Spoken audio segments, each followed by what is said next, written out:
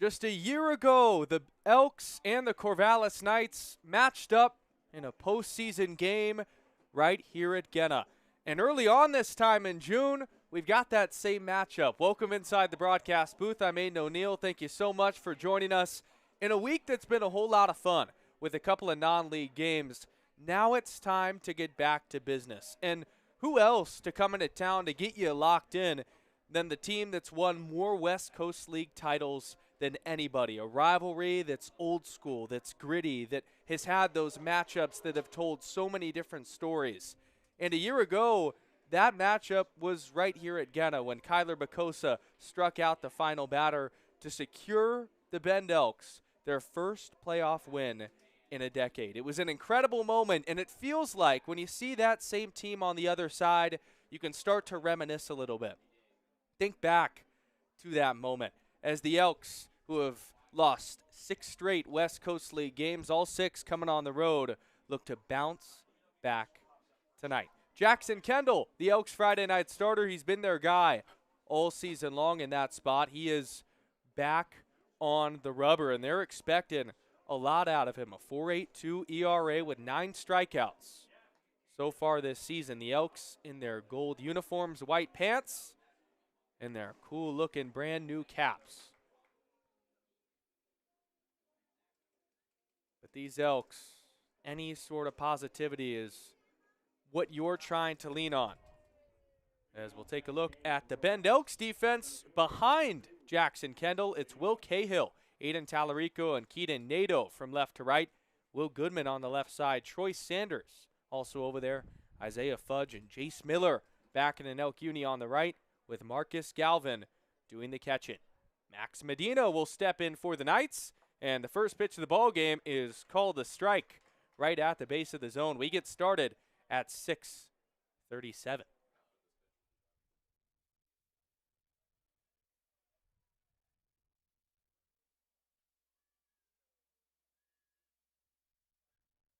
One misses down. The lineup tonight for the Corvallis Knights, it's Medina, Rentz, Swigert, and it's Nadai, Garvey, Stewart, Horn, Farah, and Hammond. 1-1, chopped foul. The Knights in their black tops, gray bottoms, coming off of 2 straight wins against the Marion Berries, sitting at 7-4 on the season. And Medina has been awesome at the top of this order. An 838 OPS, has been in a constant rhythm and an on-base machine. 2-strike pitch, runs away. Elks have gotten in trouble over the past couple of West Coast League games when it's come to the free pass. And that's an emphasis tonight for Jackson Kendall to get in the zone early and stay there. 2-2 misses up and away. Kendall out of Houston Christian University, the tall righty that resembles Paul Skeens in a lot of ways with the rolled up pants, facial hair, the way he walks. 3-2, rounded softly to the right side. Isaiah Fudge's throw to first is in time, and that's how this game gets started.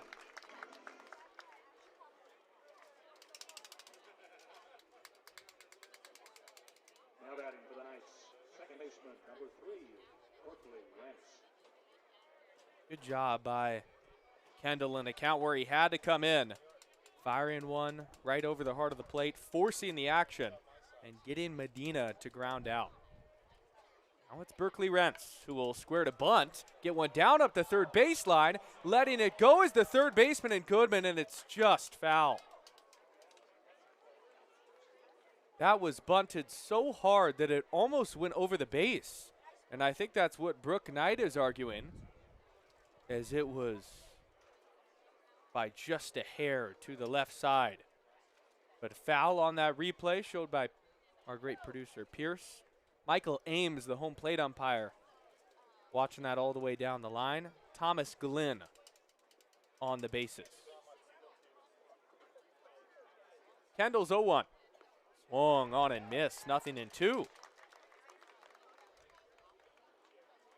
Corvallis offense has been ultra good when it comes to getting on base. Top 5 in the entire West Coast League in batting average. And with that on-base percentage. Kendall's 2-strike pitch. More action for Fudd. Ranging to his right. Oh, so smooth, and there's 2 gone.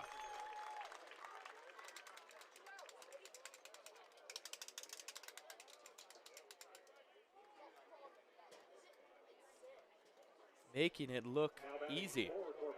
Fudge, so simple. He threw that from almost his belt on a sidearm style pitch, it felt like.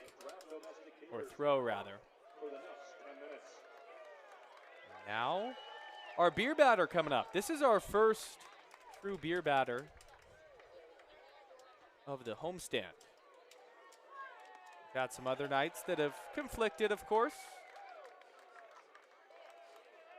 Weigert so far this summer has been quiet relative to his standards, but has a home run, 4 runs batted in. One of the returners on this Corvallis team. 0-1 misses up and away. Tends the University of Portland from Middleton, Iowa, or Idaho. He can really play all over the place. A two-way guy. Also sees some time on the bump. 1-1, sprayed foul. And a tall figure in that lefty box. 6'4", 230-pounder. Last year at Portland, 178 ABs, hit 270, but 6 home runs. The power stroke he leans on. Kendall's 1-2. Misses away. Good crowd on hand tonight here at Genna. Friday night baseball, the first of 3 between these two foes in a pivotal series for the Elks when you consider that lowly 6-game road trip just a week ago. Kendall's 2-strike pitch runs up and away, and it's 3-2.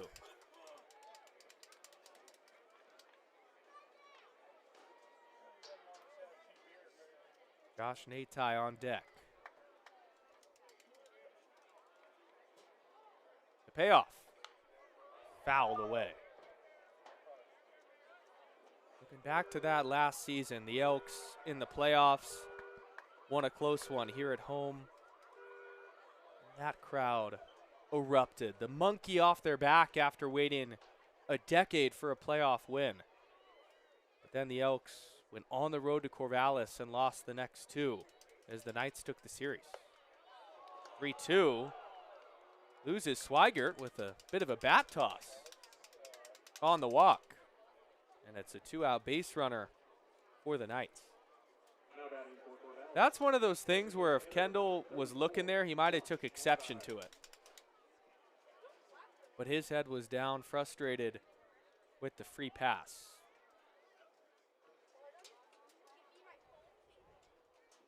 Now Josh Natai. Kendall fires. Fastball, the miss is in tight.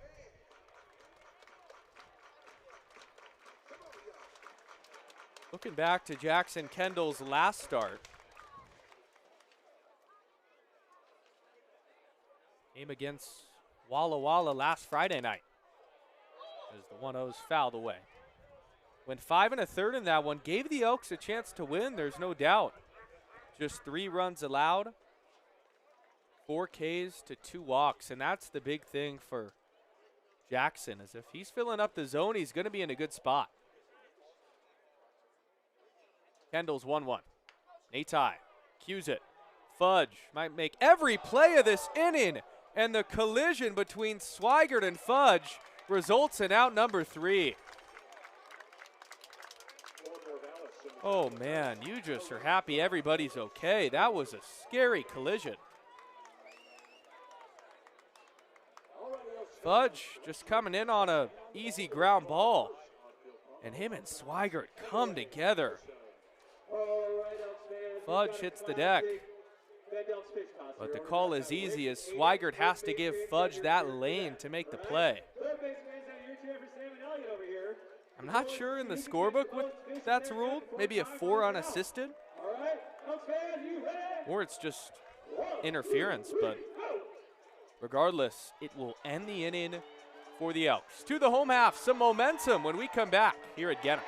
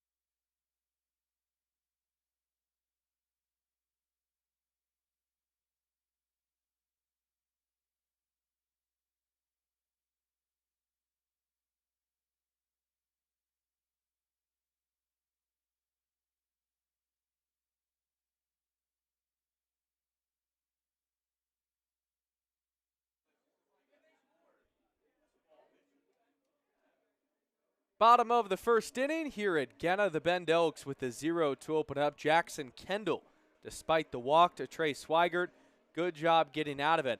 And now this offense that has struggled for the majority of this season looks to turn it around, and the guy on the other side, a tough customer. It's the righty, Grayson Ryden, 6'1", just wrapped up his freshman season at the College of Southern Idaho and had a good year. Just one appearance so far with Corvallis. That came in a save opportunity that was converted against Yakima. Tallarico jumps on the first pitch. Cuts on and misses at it. Aiden Tallarico. Highly touted man looking to make the jump to the Power 4 level. Sprays away the 0-1. Tonight's batting order for your Bend Elks: Tallarico, Fudge, Jace Miller, welcome back. Marcus Galvin, Troy Sanders, Richie Klosick, Keaton Nadeau, Will Goodman, and then Will Cahill. A lot of new faces if you're joining for the first time in about a week. It's an adjustment for us all, but that's the nature of summer ball. You're going to have a lot of guys coming in and out.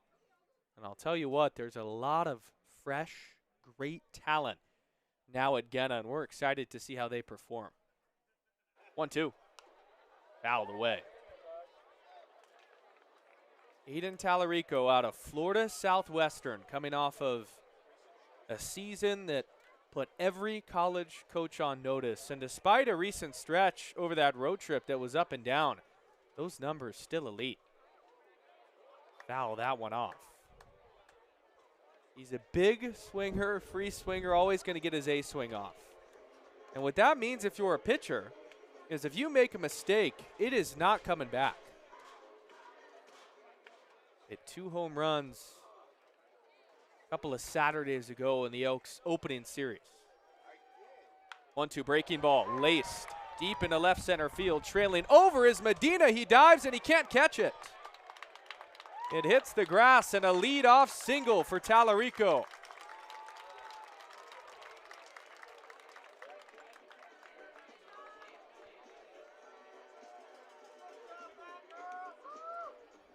That ball was 101 off the bat. Medina, off the crack of the bat, it looked like he had a better beat on it, but then it just trailed away. Rico reaches, and now you got speed on first for Isaiah Fudge.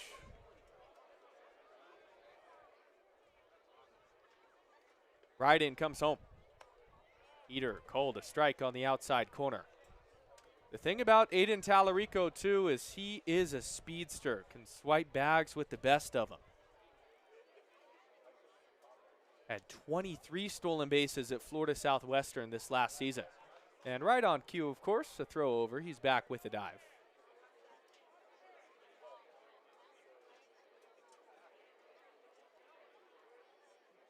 Isaiah Fudge, his first game in West Coast League action, as Tallarico's back with the dive again.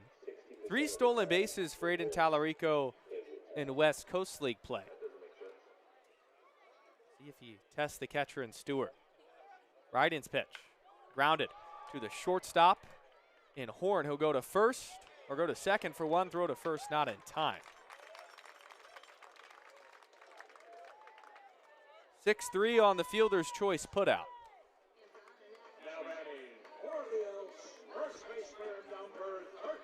And with the speed of Isaiah Fudge, there truly was no play on the back end. Here's Jace Miller. Welcome back. Year 3 with the Bend Elks, the reigning batting champion in the entire league.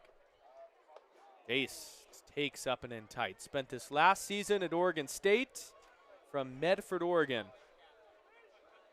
You see that Oregon State orange and black elbow guard that Jace is sporting.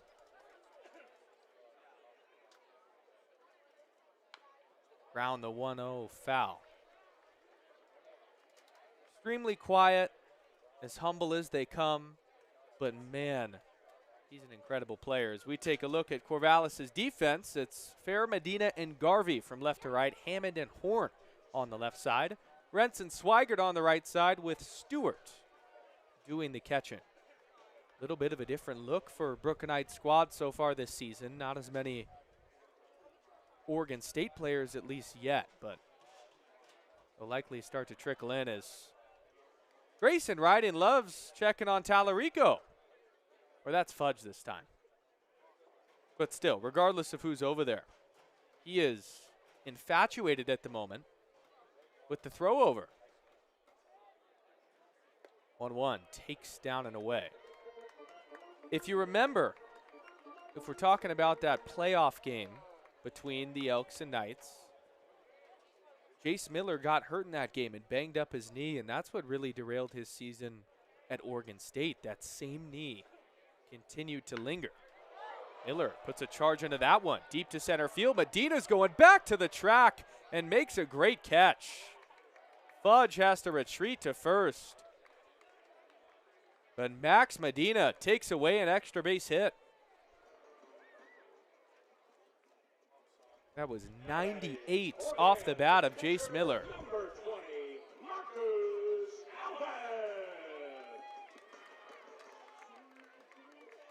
Medina, draped in the shadows, made that grab. Even looking back to the first play of this game with Aiden Tallarico, that could have been a ball that split the gap, and he almost caught it on the dive. Now Marcus Galvin takes down.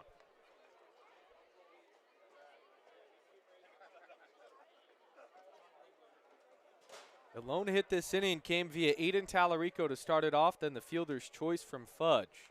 And Miller pops out as Galvin's foul tip caught a piece of the catcher in Stewart, who's shaken up.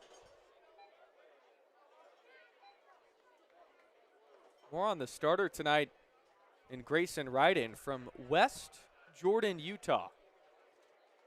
And a young arm with a whole lot of good stuff.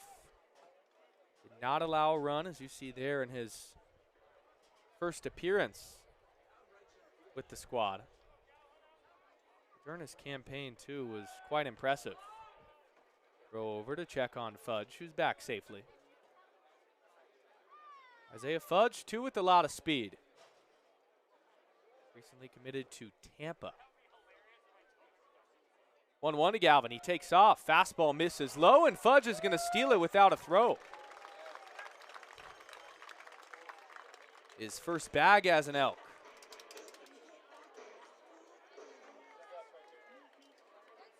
That's a great situation, too, for Isaiah Fudge to take second. Because with 2 outs, you give your cleanup hitter a chance to hit with the runner in scoring position.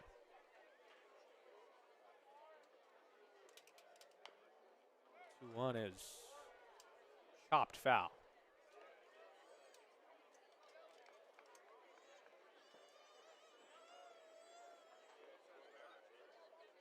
Grayson Ryden threw over 70 innings at the College of Southern Idaho.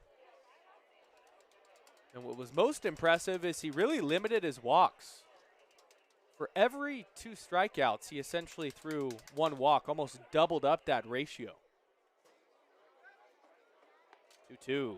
Good take by Galvin. Marcus Galvin continuously finding himself in this lineup, even with a lot of new faces, new catchers coming to Bend. That defense keeps him steady in that spot, batting .250 with 2 runs batted in. 3-2, chopped off his foot.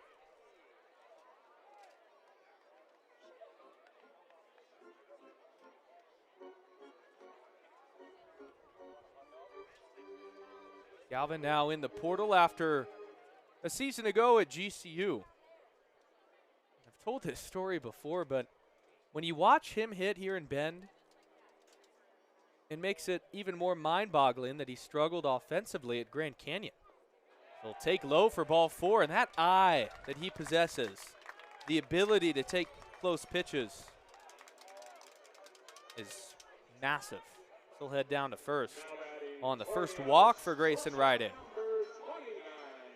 That is a tough, tough take on a hammer curveball by Ryden. Troy Sanders will get to hit. Early chance here in the first for the Elks. Looking to strike first. Fastball called to strike.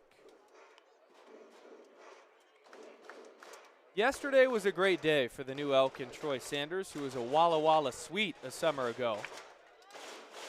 Had 2 hits, including a triple in the 8th inning, giving the fans a preview of what may be to come.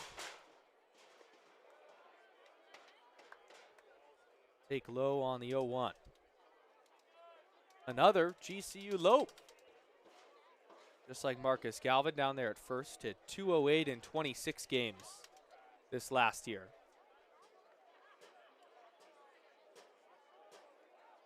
From Tucson, Arizona. 1-1 with 2 outs. Big hack and a miss. The Elks are looking for some bop offensively.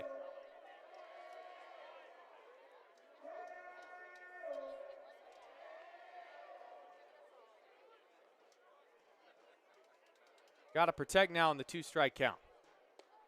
Got him swinging on a hammer curveball. And that will end the inning. The Elks leave a couple of runners on base after the leadoff single by Aiden Tallarico. Grayson Ryden escapes the jam as we roll on to the second. No score here at Genna.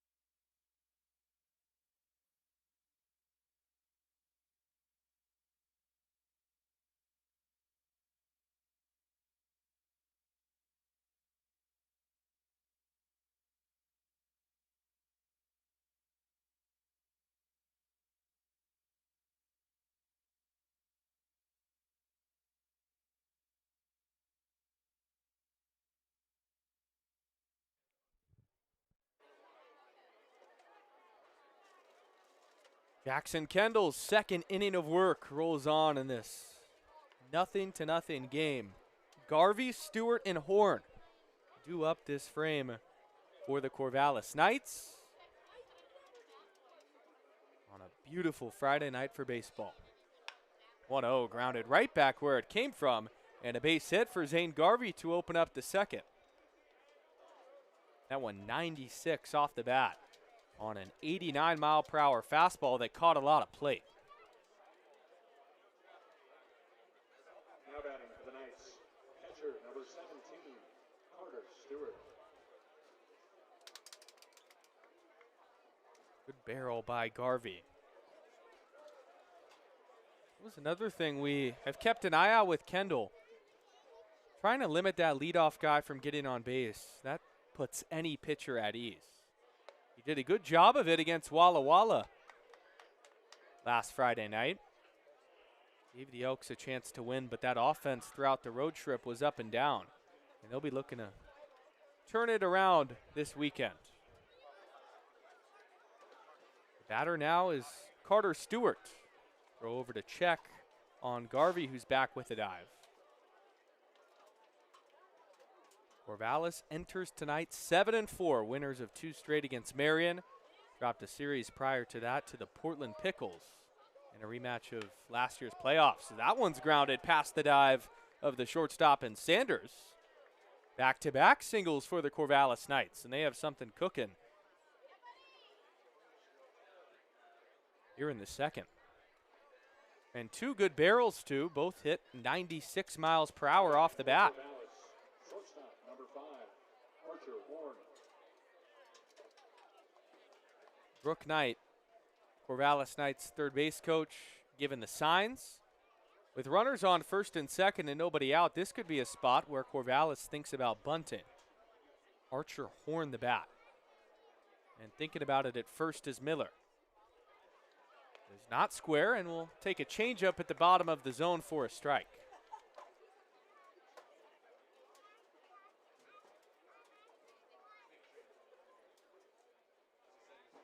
Archer Horn. The 7 at-bats and no hits so far this year for the Knights. Elks looking for a ground ball as the 0-1's popped up. Sky high. Left center field with some backspin. Cahill's going to catch it on the track. Tagging at second is Garvey. The throws to third in time. Will Cahill with a frozen rope from left. Cuts down Zane Garvey. A double play.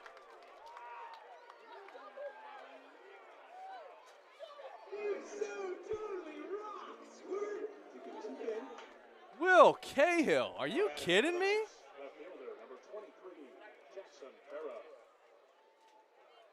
The catch, the throw, and my goodness, that's a rope. That didn't even hop. You can't teach that kind of arm. And a quick way to stop a rally in its tracks. Now Jackson Farah. Line one, past the glove of the third baseman and Goodwin. And coming in to score is Carter Stewart on the RBI double from Jackson Farah. It's 1-0 Knights.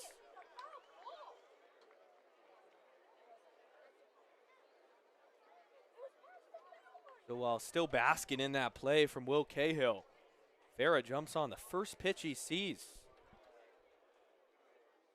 Now batting for the Knights, third baseman number 10, Tate Hammond.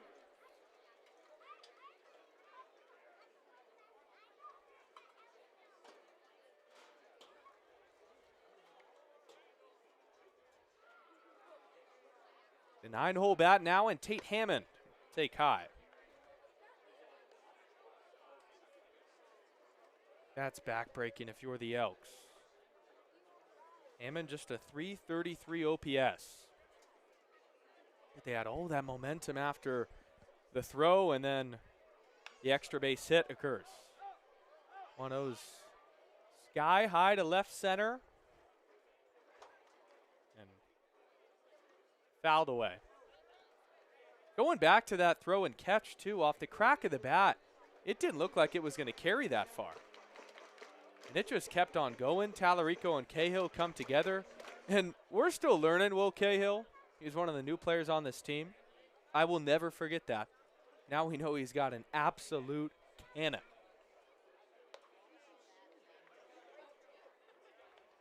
Two balls and one strike now to Tate Hammond. Elks looking to limit the damage. Still early on here. Game 1 of 3 between these two foes. 2-1 fastball. Grounded to Isaiah Fudge. And that will end the inning. Jackson Kendall leaves Farah on second. The highlight of Will Cahill with that throw, incredible. And then Jackson Farah steals the show on an RBI double. Corvallis leads 1-0.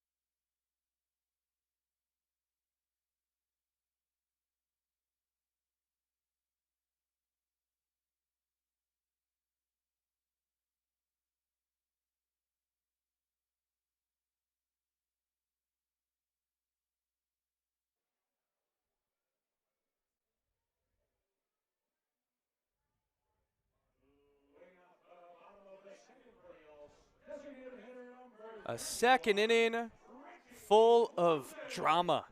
The highlights, Sports Center, you got to start calling on this fly ball. Hit to left center field. This was in the last frame. Cahill caught it just in front of the track. A throw to third on no hop? Outrageous. Richie Klosik will start off the frame for the Bend Elks. 1-0 Knights after the RBI double from Jackson Farah. Klosik, Nato, and Goodman. Richie will take a strike down. That was a bit low. Richie now having to adjust. As you see there, just below the knees. That one even more down. 1-2. Klosik, one of 2 Bend Elks with a home run this season. His swing's starting to come around after last weekend at Walla Walla, but there, a punch out for Grayson Ryden. Now back-to-back batters, going back to the bottom of the first that he's punched out.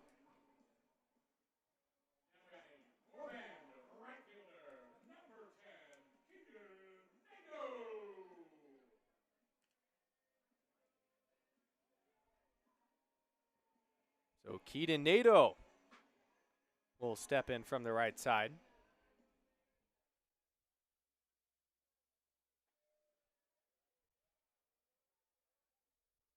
Nato out of Cal State San Bernardino, still a young outfielder with a lot of tools to unlock.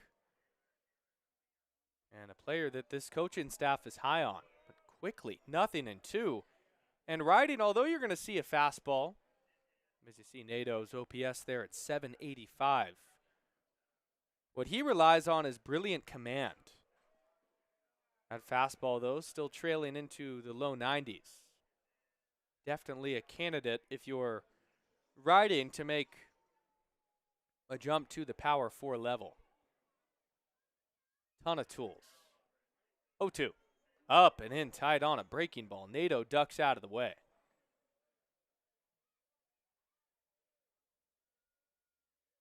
he gets on, he is speed. But these Elks looking to get that offense cooking again. Had the 18 runs on Tuesday night. And then yesterday, granted, both non-league games, and yesterday was the content creator showcase with Trevor May, Clint Frazier, Will Taylor. Elks still, though, lost to the Gherkins and only scored 1 run. Nato chops that one. This is going to be a tough play. Riding, falling off the mound. Great play on the flip. 2 outs. If that gets by Grayson Riding, that's an infield single. But he catches it on the high hop on the dead sprint. And a good play.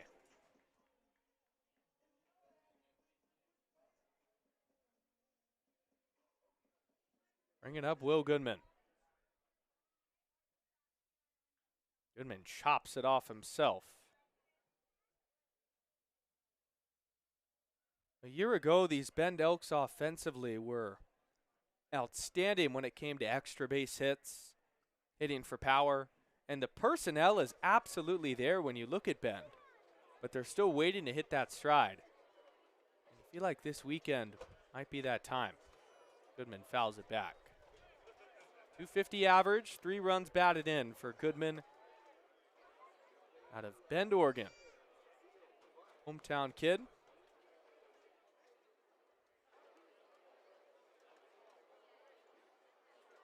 Good to see him in the lineup. Defensively as smooth as anybody. He'll chop that one softly, though, and more action for Riding, who makes the play glove side again. And that will end the inning. 2 1-3 putouts back to back. How about that? Baseball in a nutshell.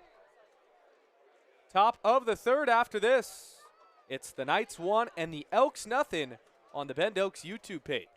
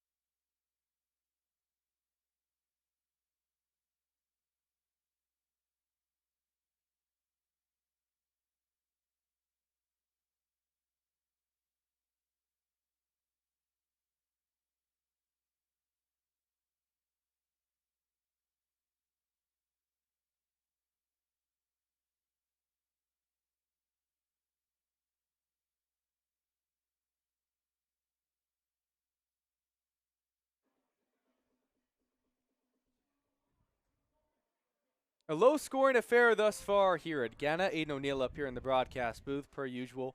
Solo tonight, but the lovely broadcaster for the Corvallis Knights, Oregon State legend Mike Parker, will be taking over in the middle innings, so the final one for me. Then I'll pass the torch to him. But we've still had some drama, despite there only being 1 run. The play by Will Cahill, the pitching dominance by Grayson Riding, and you also got to give flowers to Jackson Kendall, who's been great for the Elks. 1-0 fastball clips the outside corner. That might have actually been the off speed. Looking to break the drought amidst the longest losing streak in the Alan Cox era in the WCL. 1-1, big swing and a miss.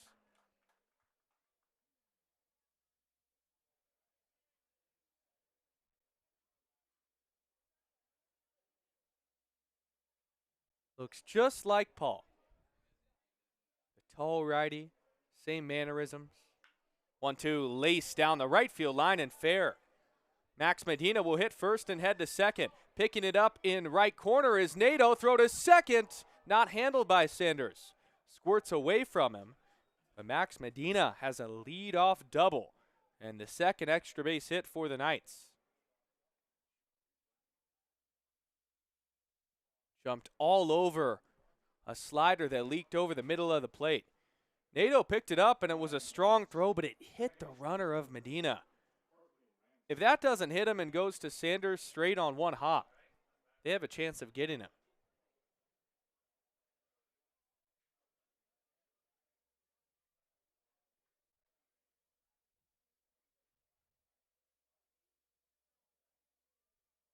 Now Berkeley Rentz will take down and away. Rentz's first time grounded out. That was amidst Isaiah Fudge getting all that action.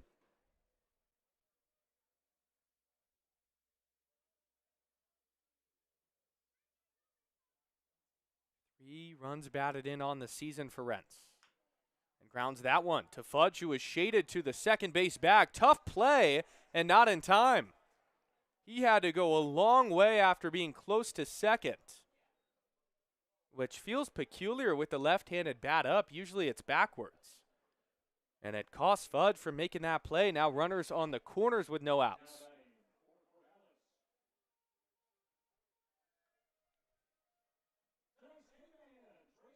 He did all he could. So did Jace Miller on the back end. Could not make the play. Now bringing up Trey Swigert.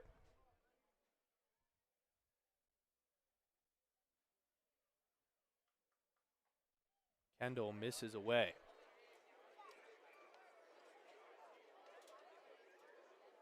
A lot of new faces for Brook Knight's group, but Trey Swigert, one of the returners, knows that pedigree of getting to the postseason. 1-0, fouls it away.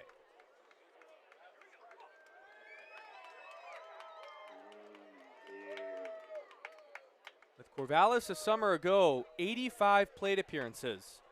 And Swigert was incredible. A .313 average, a .967 OPS. So that's why I mentioned earlier that those numbers this year have been down thus far.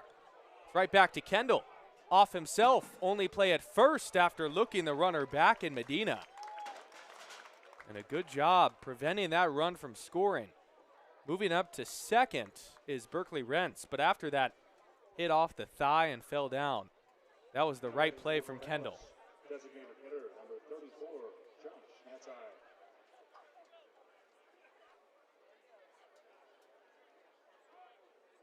Now Josh Natai.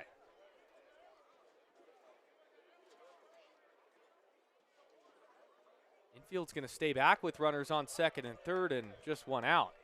And Natai swings through it. This is trust in the offense here early for Alan Cox's group. But it's still much game to play. It makes perfect sense to keep that infield back, especially if Jackson Kendall is firing strikes. Now pitching for the punch out. 2 straight hits to start this frame. Gets the ground out to Swigert. Now Natai out of Oregon State. All that orange and black gear. 0-2 laced into center and down for a base hit. Coming in to score is Medina. Rentz is going to hold it second, or hold it third. It's an RBI single for Josh Natai, and it's 2-0 Knights.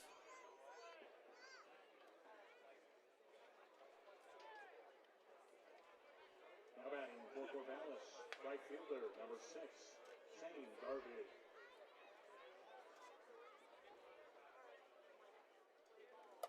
Just a pitch that caught too much plate for Kendall in a 2-strike count. Natai took advantage, bringing up Zane Garvey. Garvey will take down. Runner on third is Rentz, who was held up by Brook Knight. Natai on first. Garvey had a hard-hit single in his first AB.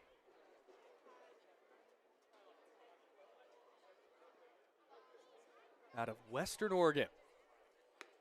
Fastball misses down and away. Elks with some Western Oregon Wolf representation on their own roster. Michael Fitzgerald, Josh Johnson.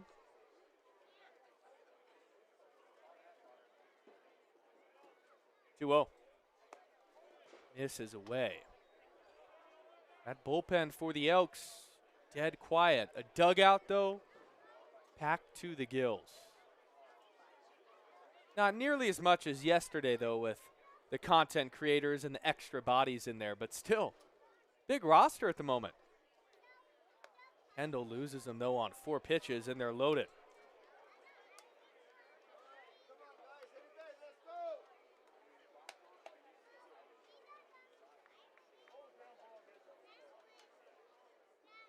Already a big spot for these Elks, and Wes Harper can sense it. This will head out to chat with Jackson Kendall.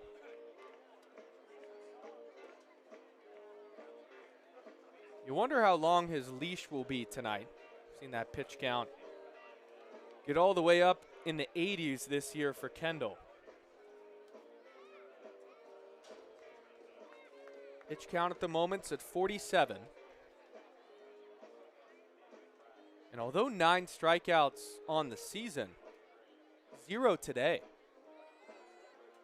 Kendall has been unable to get the swing and miss.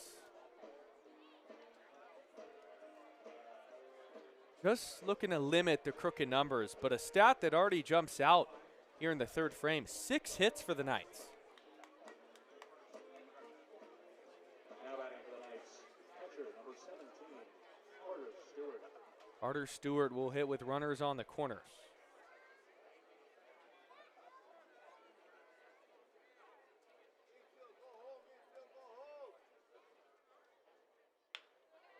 Crushed into right field.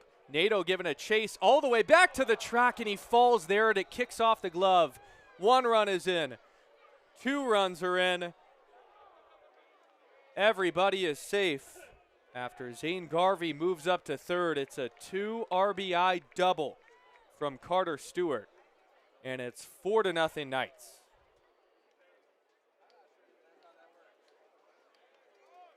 That ball was wrapped and will go down as a hit, but one that Keaton Nato, if you were to ask him, knows he should have snagged. He had a beat on it too, a good jump, but just got his feet tangled up underneath him, a tough break. And this inning has now become a crooked number for Kendall. Archer Horn fouls it away.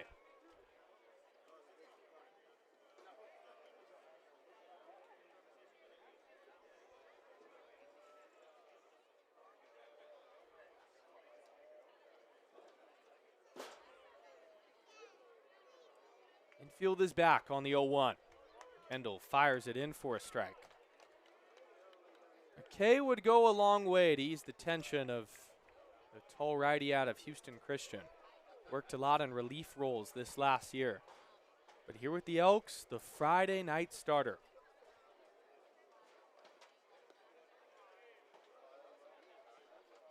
Galvin will block it in front. And a part of this frustration during the losing streak has been these crooked numbers. It has really defined this Bend Elks season, especially in that last series against Walla Walla. 1-2, misses up on the 81-mile-per-hour slider. Game 2 of that Walla Walla series last Saturday night. Sweets at one point had an 8-run inning that came in the 4th. And then the next night, in back-to-back frames, they scored 9 combined. Those have gotten the Elks behind the 8 ball and have made it extremely difficult to fight back. 2-2 the count. 1 gone, 4-0 the score in the top of the 3rd. Fastball misses in tight at 89, and it's 3-2.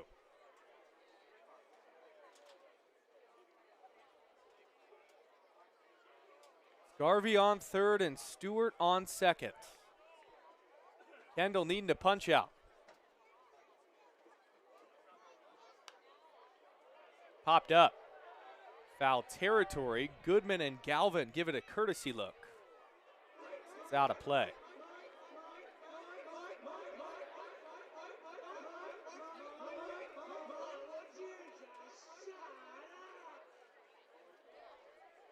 Horner's first time flew out, and that was on the play from Will Cahill.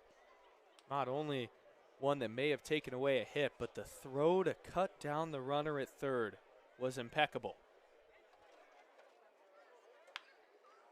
Ground ball to Fudge at second. He'll field and throw to first, but coming in to score on the play is Garvey. And with the infield back, it's 5-0.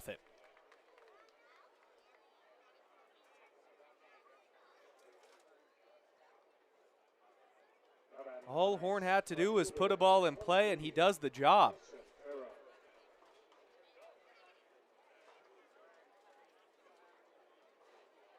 Make it a 4-run third inning for the Knights. Bringing up Jackson Farah, who started this hit barrage party. And he'll line one right at Miller on one hop at first, who snags it. Will touch the base, and that will end the frame. That ball caught Jace. Was hit so hard. 99 off the bat.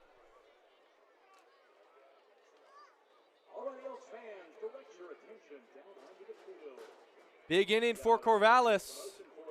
A 4 spot in the third. Elks trail 5-0 on the Bend Elks YouTube page.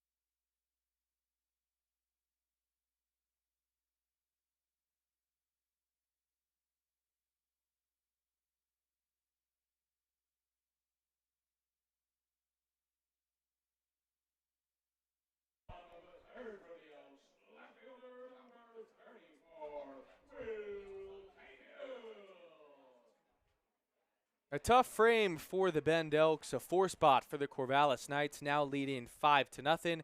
I made O'Neill up here in the broadcast booth. Thanks for joining us. Beautiful Friday night. This Elks offense looking to get going. And we'll start this frame with the 9-hole bat, new Bend Elk in Will Cahill, who made that incredible play earlier. Cahill, and then the top of the order, Tallarico and Fudge. And still rolling for the Knights, Grayson riding. His 1-0 fastball misses downstairs. Cahill got a look in the non-league action yesterday. Man, he looked good. One thing that stands out is he can fly from the lefty batter's box. There's a big swing and a miss on the 2-0. Redshirted at the University of Washington this last season and now in the transfer portal. And coming out there, an incredible player out of Seattle. High chopper. How about this again? Right in fields, throws to first. Another play by the pitcher. That is 3 straight plays made by Grayson Riding going back to last inning. Just these slow choppers back to the right-handed arm. And that one, he had to hurry with Cahill. You see how fast he moves down that line. Ended up not mattering, though. Now Aiden Tallarico, who's a lock to swing at that first pitch almost every time with a hearty hack. Just swung through it. Hard hit single his first time. Chase down and away on the 0-1.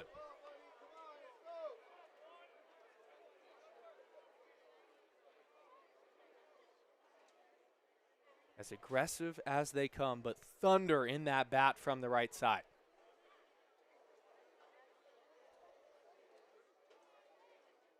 Got him there on 3 pitches. So Tallarico chases the 3rd K from Grayson Ryden. Now batting for the Elks, second baseman number 26, Isaiah Hood.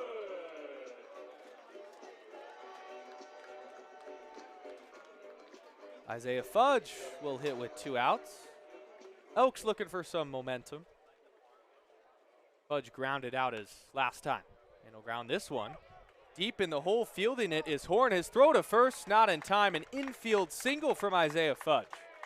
And the first hit for the Elks since the first batter of the game. Now batting for the Elks, first baseman number That was hit 97 off the bat the other way. A good barrel straight on the ground. Jace Miller gets a shot to hit with 2 gone.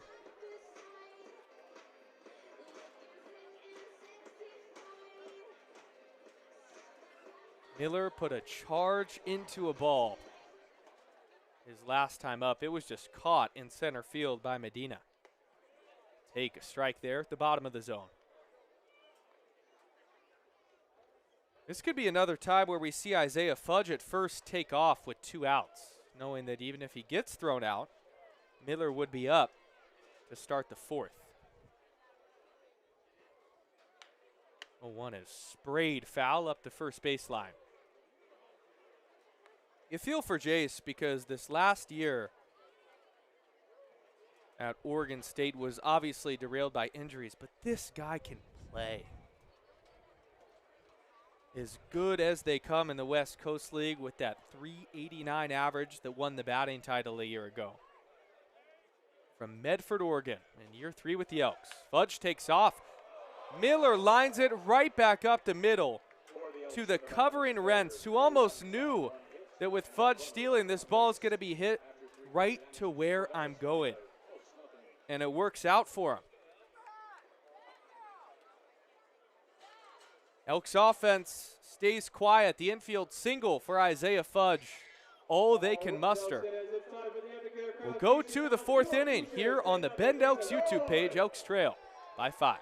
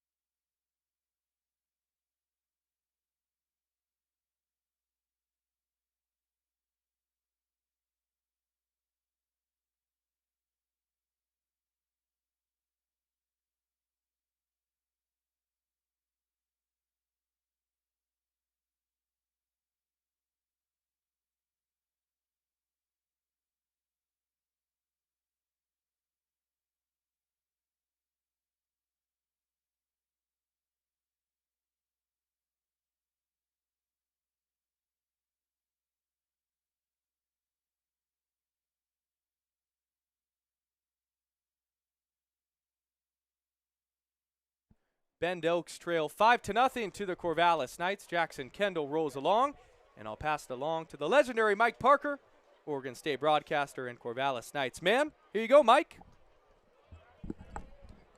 Altogether too kind. Thank you, Aiden. Nice to meet you. Great job here. Congratulations on the career you're embarking on out of the Cronkite School, which has been the training ground for the likes of T.J. Mathewson, and Blake Neiman, two of my favorite people on earth who have come through the program. And Blake, of course, well known here in beautiful Central Oregon for his work with the Bend Elks and the pride of Philomath High School.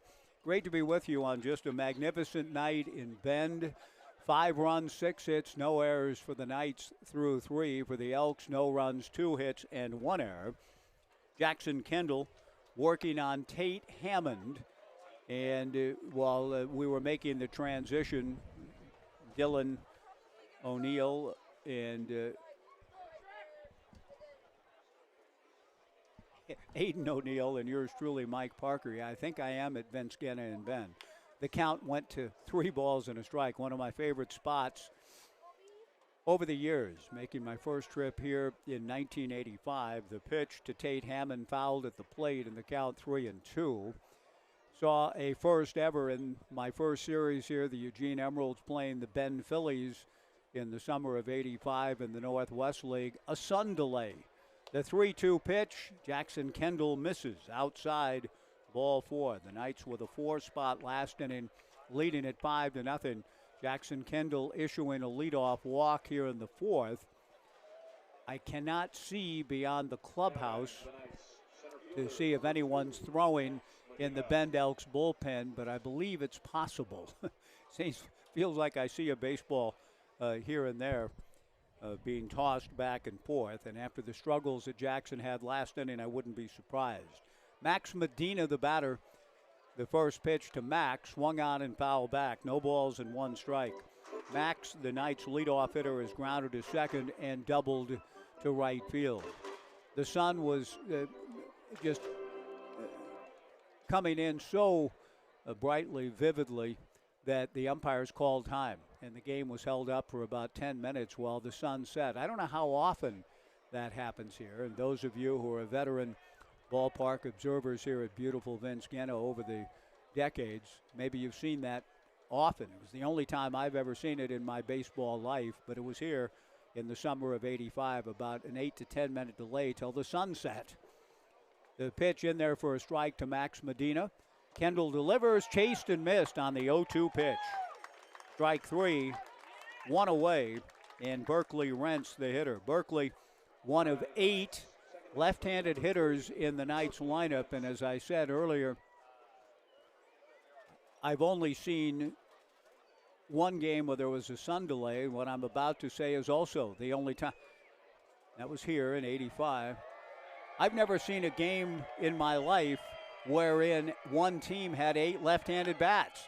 A hit-and-run play is on, a bouncer to shortstop. Troy Sanders plays the hop, throws across the turf, and the ball goes in and out of the mitt of Jace Miller. It'll be an error on the shortstop, Troy Sanders. The Knights sending Tate Hammond, with Brooks sending the runner, and that took a possible double play away. Sanders was thinking probably of going to second and tried to compute all of that. Didn't field the ball cleanly. His throw across not in time. The second error on the Bend Elks, 1st and 2nd, and 1 out for Trey Swigert, one of the 8 left-handed hitters in the lineup. And I'm asking you, and I asked our listeners back on Joe Radio earlier, how many games have you seen wherein a team had 8 hitters?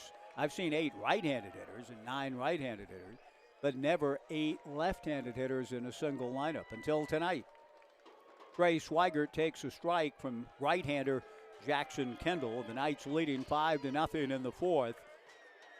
Tate Hammond at second, Berkeley Rents at first. Swigert swings and hits one foul deep down the left field line toward the Corvallis Knights bullpen.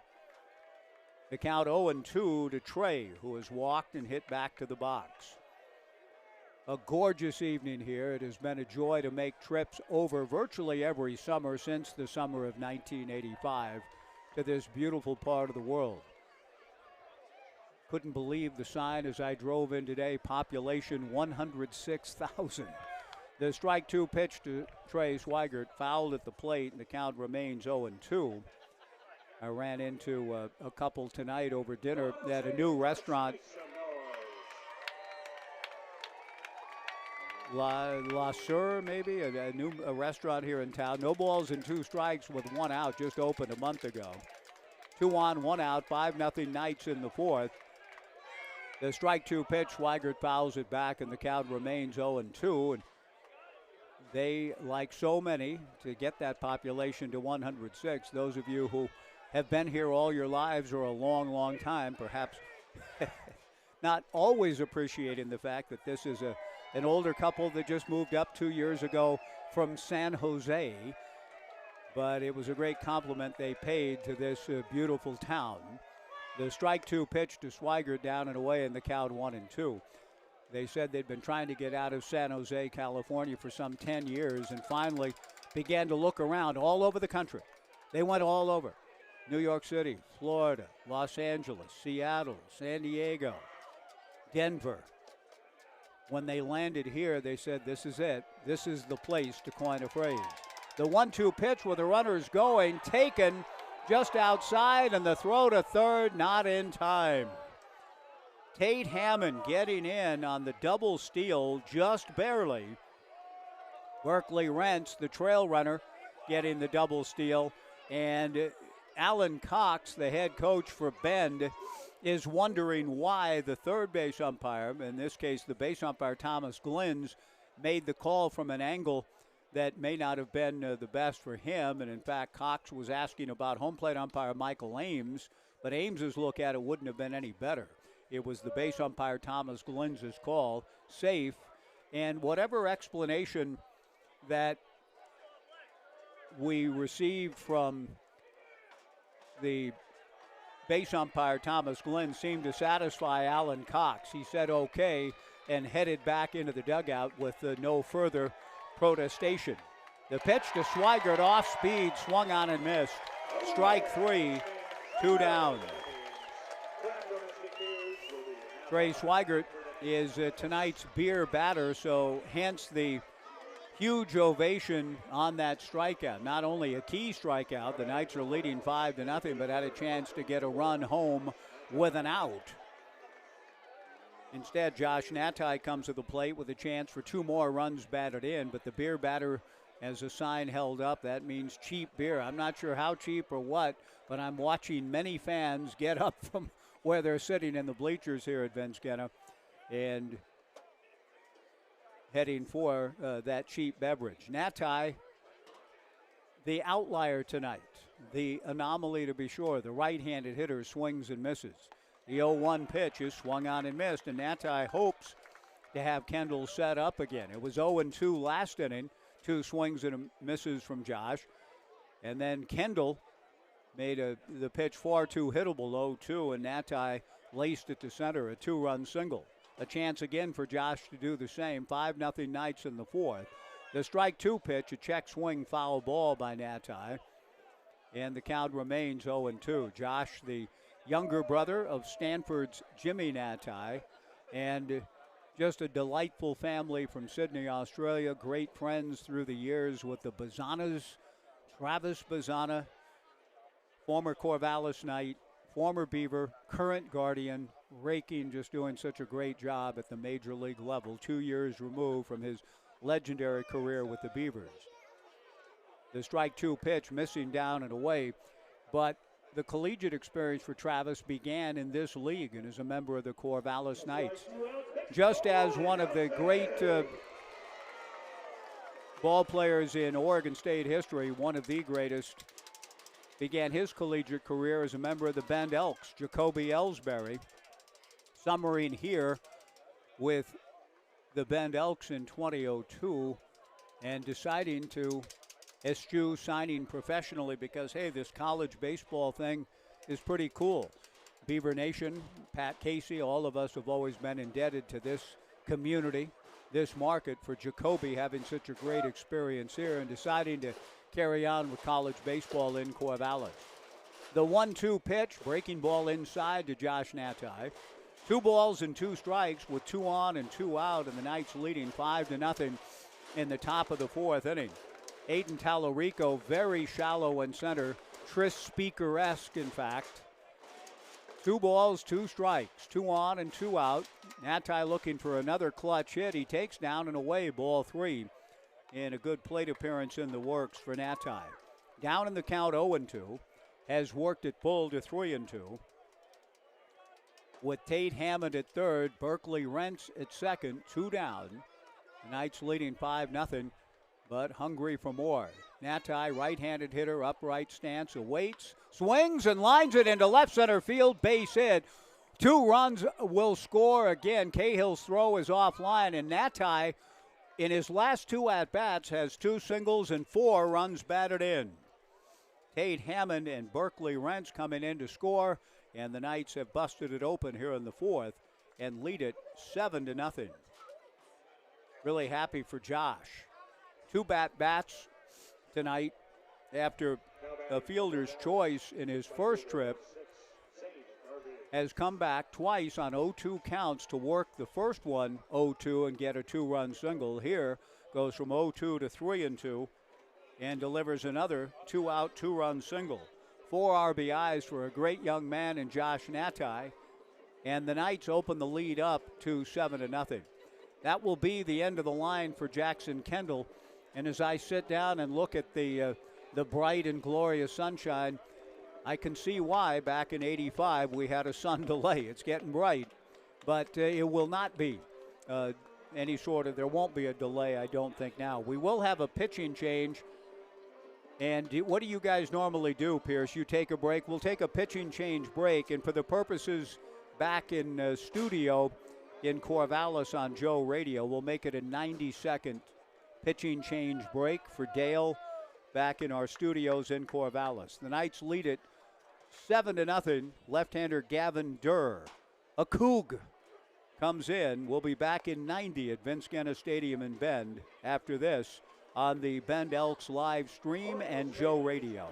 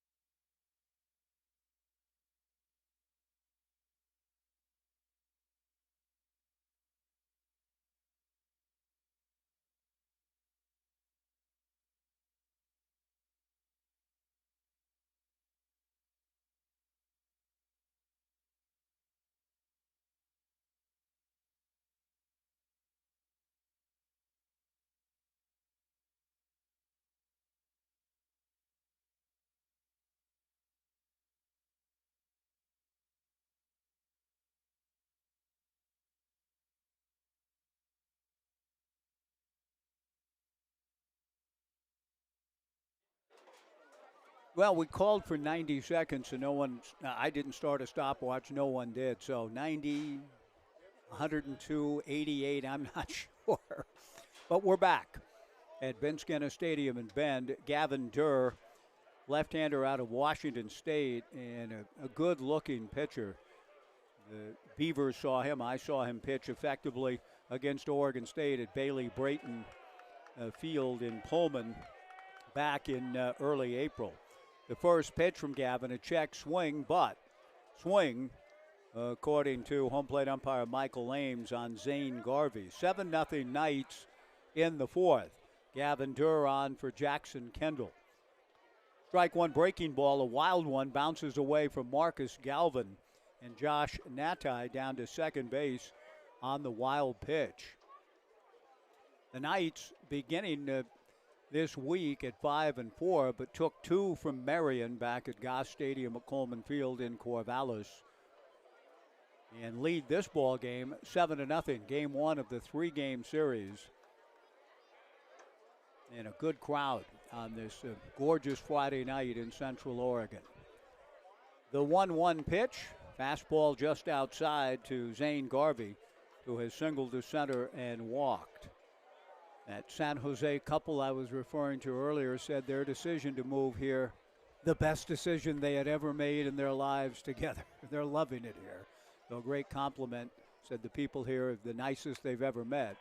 The pitch to Gavin Durr, fouled at the plate, from Durr to Zane Garvey, fouled at the plate, and the count 2 balls and 2 strikes. And I tried to do a little recruiting for this ballpark. They have not been to a Bend Elks game yet. They said, we've been thinking about it. I said, well, this would be the weekend. Beautiful weather, clear blue skies, 2 very competitive and old rivals in this league. 2 balls, 2 strikes, 2 outs, 2 runs in. 7-0 Knights in the 4th. The pitch to Garvey, rolled foul up along first.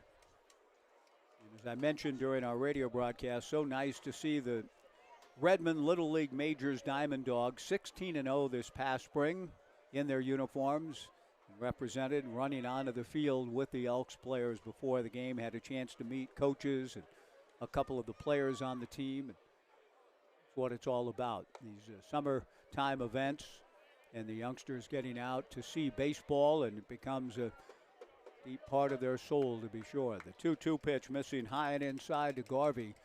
Ball 3, 3-2. Josh Natai, his second straight 2-run single, getting his lead from second. 4 RBIs on the night for young Josh. Gavin Durr, the lefty from the stretch, to the plate and misses. High and inside, ball 4. He loses Zane Garvey. And Carter Stewart will be the hitter. Now, a pretty good stratagem on the part of Alan Cox and his pitching coach, Wes Harper, to bring a southpaw in behind starter Jackson Kendall with the aforementioned 8 left-handed hitters. Whether Brooke Knight flips things around, we'll keep an eye on that as we go. Yours truly, Mike Parker. Glad to be with you. Aiden O'Neill, kind enough to offer the hospitality. We will reciprocate at Goss Stadium at Coleman Field when the Elks come over to the Mid-Valley. The pitch to Carter Stewart, down and in, ball 1, 1-0. I'll be with you through the 4th, 5th, and 6th innings, and then Aiden will get back to his rightful spot. But we enjoy the reciprocity and appreciate the hospitality here. Durr's 1-0 pitch is low, ball 2, 2-0. Absolutely exhilarating drive through the pass today, again with the clear skies. And mid-June, the things that have been hitting summer after summer after summer and mid and deep summer, not here yet. And thus the skies clear and the air beautiful. The 2-0 pitch, that's in the turf, ball 3, 3-0. Gavin Durr scuffling a bit to find command, walking Zane Garvey. And now 3-0 to Stewart with Archer Horn on deck. 7-0 Knights in the top of the 4th inning. 2 on and 2 out. The 3-0 pitch, high again, ball 4, and Carter Stewart draws a walk. Back-to-back free passes, and that will provoke a visit from pitching coach Wes Harper out to try to get Gavin Durr dialed in. With 2 on and 2 down, Archer Horn will be the batter. The Knights have scored 2. They lead it 7-0, and trying to continue to separate here on this beautiful Friday. Coming through the pass, driving out of Corvallis through Lebanon into Sweet Home. Just the sights, the river, it's just incredible. And the sisters were as resplendent as ever. I played the tourist after getting through Sisters, and there's a lot going on, as you well know, with the rodeo happening. A crowded Sisters. I've got that little back road figured out. I don't go through the main highway. Get into Sisters around that snow-capped drive-in, hang a right, and then go down the side street, circumventing that. But as Sisters was popping and happening, but then getting clear of Sisters and driving on into Bend, I pulled over, got the phone out, and the Sisters as resplendent as ever. Bases loaded, 2 down. Archer Horn steps in, and Gavin Durr's first pitch. This is high, ball 1, 1-0. 7-0 Knights in the top of the 4th inning, the first of 3. Hope to see you and that happy couple from San Jose in the ballpark before the weekend is out. The 1-0 pitch to Horn. He swings at a pitch. It would have been ball 2. Hits it foul off third, and the third baseman, Will Goodman, sliding in front of the Knights dugout, not able to come up with the baseball. Goodman did not get the best of reads on it and then recovered, tried to find the ball, and slid in his attempt to make the catch, came up empty. And Gavin Durr got a little help that time on the swing from Archer. Would have been ball 2 after a 4-pitch walk to Carter Stewart and a walk to Garvey. Horn with the bases loaded 2 down awaits Durr, who works out of the windup with a sacks full. Gavin to the plate in the turf. Again, that's an example, I think, of Archer actually providing a little help for Durr and going after that 1-0 pitch. The count now 2-1. With the bases loaded, 2 down. Josh Natai at third, Zane Garvey at second, Carter Stewart at first. 2-1 to Horn, another left-on-left matchup. And Horn takes high, ball 3, 3-1. Pierce, our producer, I'm going to ask you, is anybody, looks like somebody's throwing in the pen. You got a number on him? This television thing, a highfalutin business. Looks like it might be Garrett Schmokel, number 42. Is that 42, Garrett Schmokel? The 3-1 pitch on the way, on the outside corner for a strike to run the count full, 3-2. It has the look and feel, if Durr doesn't get a strike here, we might see Schmokel. 3 balls, 2 strikes, 2 outs. The bases loaded. The runners will be on the move. Natai from third, Garvey from second, Carter Stewart from first. The 3-2 pitch is taken low and inside. Ball 4 to force in the run. Josh Natai trots home. The Knights lead it 8-0 on a pitch that just missed, but Durr's wildness early did not earn him, in a sense, that call on a borderline pitch. Archer Horn picks up his second run batted in, this one on the bases loaded walk. 8-0 Knights, and that brings to the plate Jackson Farah, a fly ball to straightaway center. Aiden Tallarico moves in and under to make the catch, and the inning is over, but damage done again. The Knights scored 4 last inning. The Knights get 3 here in the 4th and have opened up a commanding lead as we go to the bottom of the 4th inning at beautiful Vince Genna Stadium in Bend. The Knights 8 and the Elks nothing. And we'll be back in 1 minute on the Bend Elks live stream, back in 60 on the live stream and Joe Radio.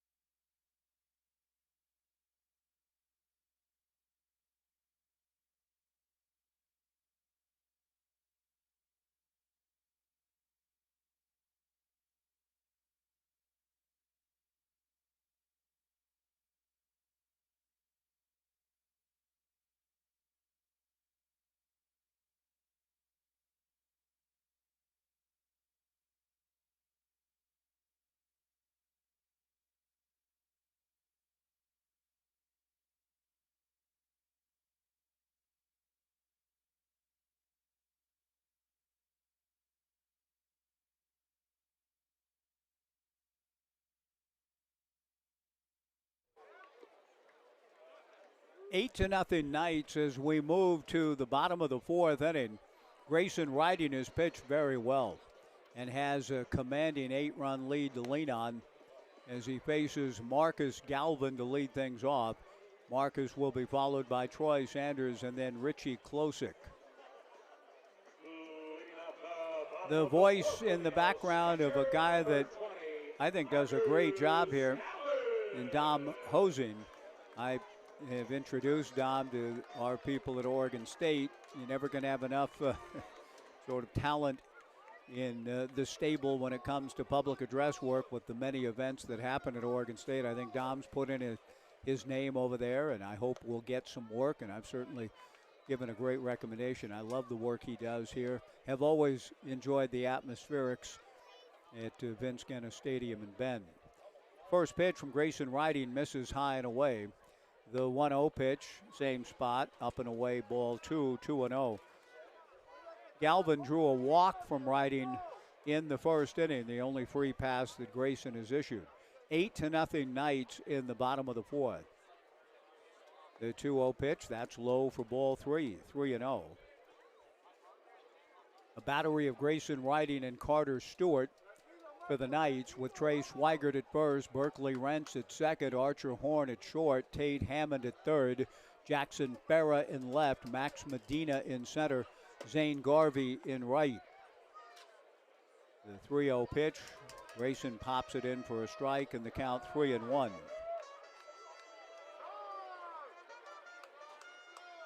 The outfield very shallow. The ball has carried a couple of times tonight. The 3-1 pitch is off the mid of Carter Stewart to the backstop, ball 4. A leadoff walk to Marcus Galvin. The second time Marcus has coaxed a walk from Grayson Riding.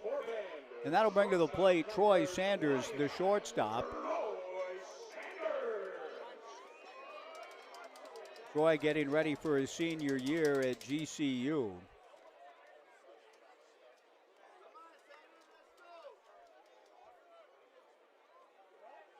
Right-handed hitter, slightly open stance. Grayson Riding has gone all the way. The Beaver to B comes set. The pitch on the way, misses. Down and away, ball 1, 1-0. I first heard of this wonderful community circa 1970. Time call, pitching coach Bo Kearns. I thought this might occur. An 8-run lead, and Grayson Riding issues a free pass to open the inning and falls behind Troy Sanders 1-0. So Bo out to try to get Grayson kind of locked back into the task of filling up the zone, which he has done a great job of here tonight. Playing Little League ball in Hacienda Heights Little League circa 67 through 71. My Little League coach in 71 was a man by the name of Jack Widner, one of my favorite humans of all time. But when it became evident, and I told Mr. Widner, Coach Widner, that our family would be moving to Oregon from Hacienda Heights. We had to sell our house. It took about 2 years, and then we made the move in the spring of 73. But playing Little League ball for Jack Widner in the summer of 71, he couldn't stop talking. You're moving to Oregon? And well, yeah. And he said, oh my gosh, the prettiest place on earth is in Oregon. The pitch on the way to Troy Sanders in there for a strike, and the count 0-1. 8-0 Knights, bottom of the fourth. The count 1-1, I should say, to Troy Sanders. Grayson Riding from the stretch, delivers, breaking ball hooked down the left field line into the corner and out of the reach of Jackson Farah, and cruising into third base, Marcus Galvin. Troy Sanders into second. Nice piece of hitting into the left field corner near the 3:30 mark for Troy. And Bend showing some signs of life after the Knights had sort of demoralized them the last couple of innings. With 4 runs in the third and 3 in the fourth, Bend trying to join the fight here in the bottom of the fourth, down 8-0, but have runners at second and third and nobody out for Richie Klosik. My coach said, where are you moving to? He said, well, wherever you're moving to, you've got to someday visit a town called Bend, Oregon. The pitch on the way to Richie Klosik, foul back, and the count 0-1. He pitched in some semi-pro ball, maybe Class D. You'd have to, some of you may know your baseball history so well here that when Jack Widner pitched here in the early 50s, he was pitching in this ballpark. Vince Genna opened in 1947. The strike one pitch is inside, and the count 0-2. Me thinks Bend was a little smaller then.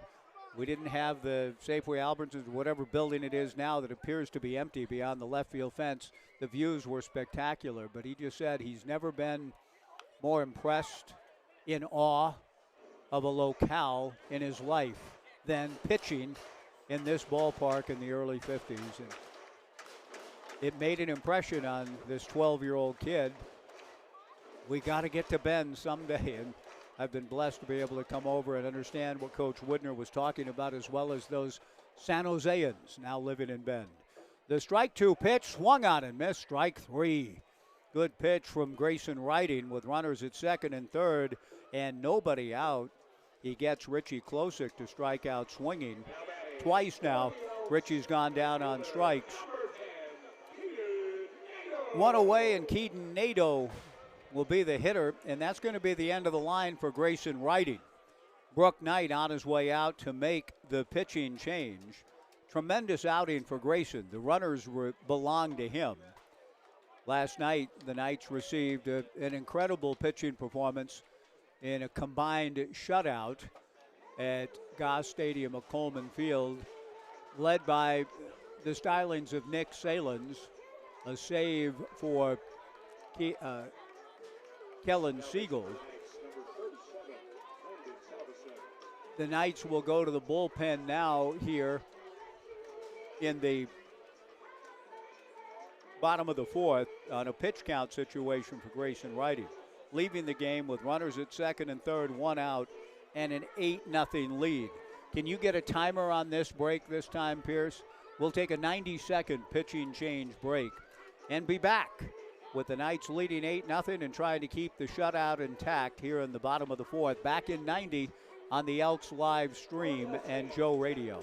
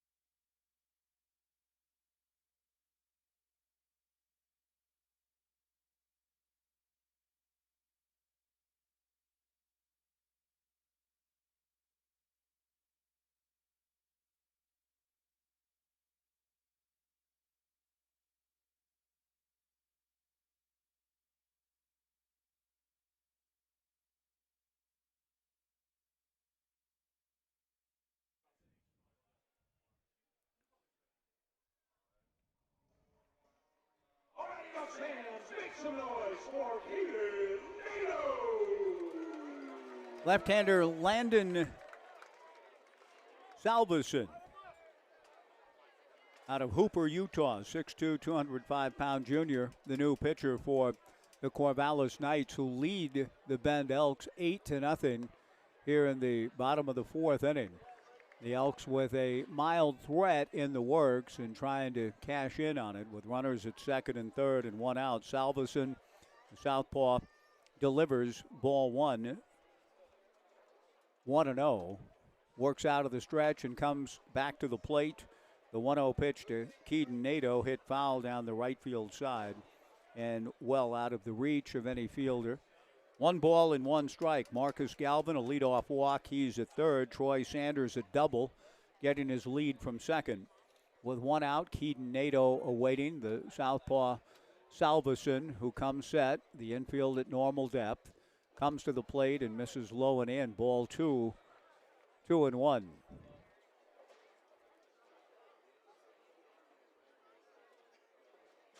Eight nothing Knights in the bottom of the fourth inning. Mike Parker with you on the Bend Elks live stream. Appreciate the hospitality from Kelsey and the Herco family and everybody here with the Bend Elks. Ground ball to the right side. This will score a run. Berkeley Rents fields, and the ball is lost in the sun. Trey Swigert not able to make the catch on a routine throw. And what I talked about in 1985 comes to play here.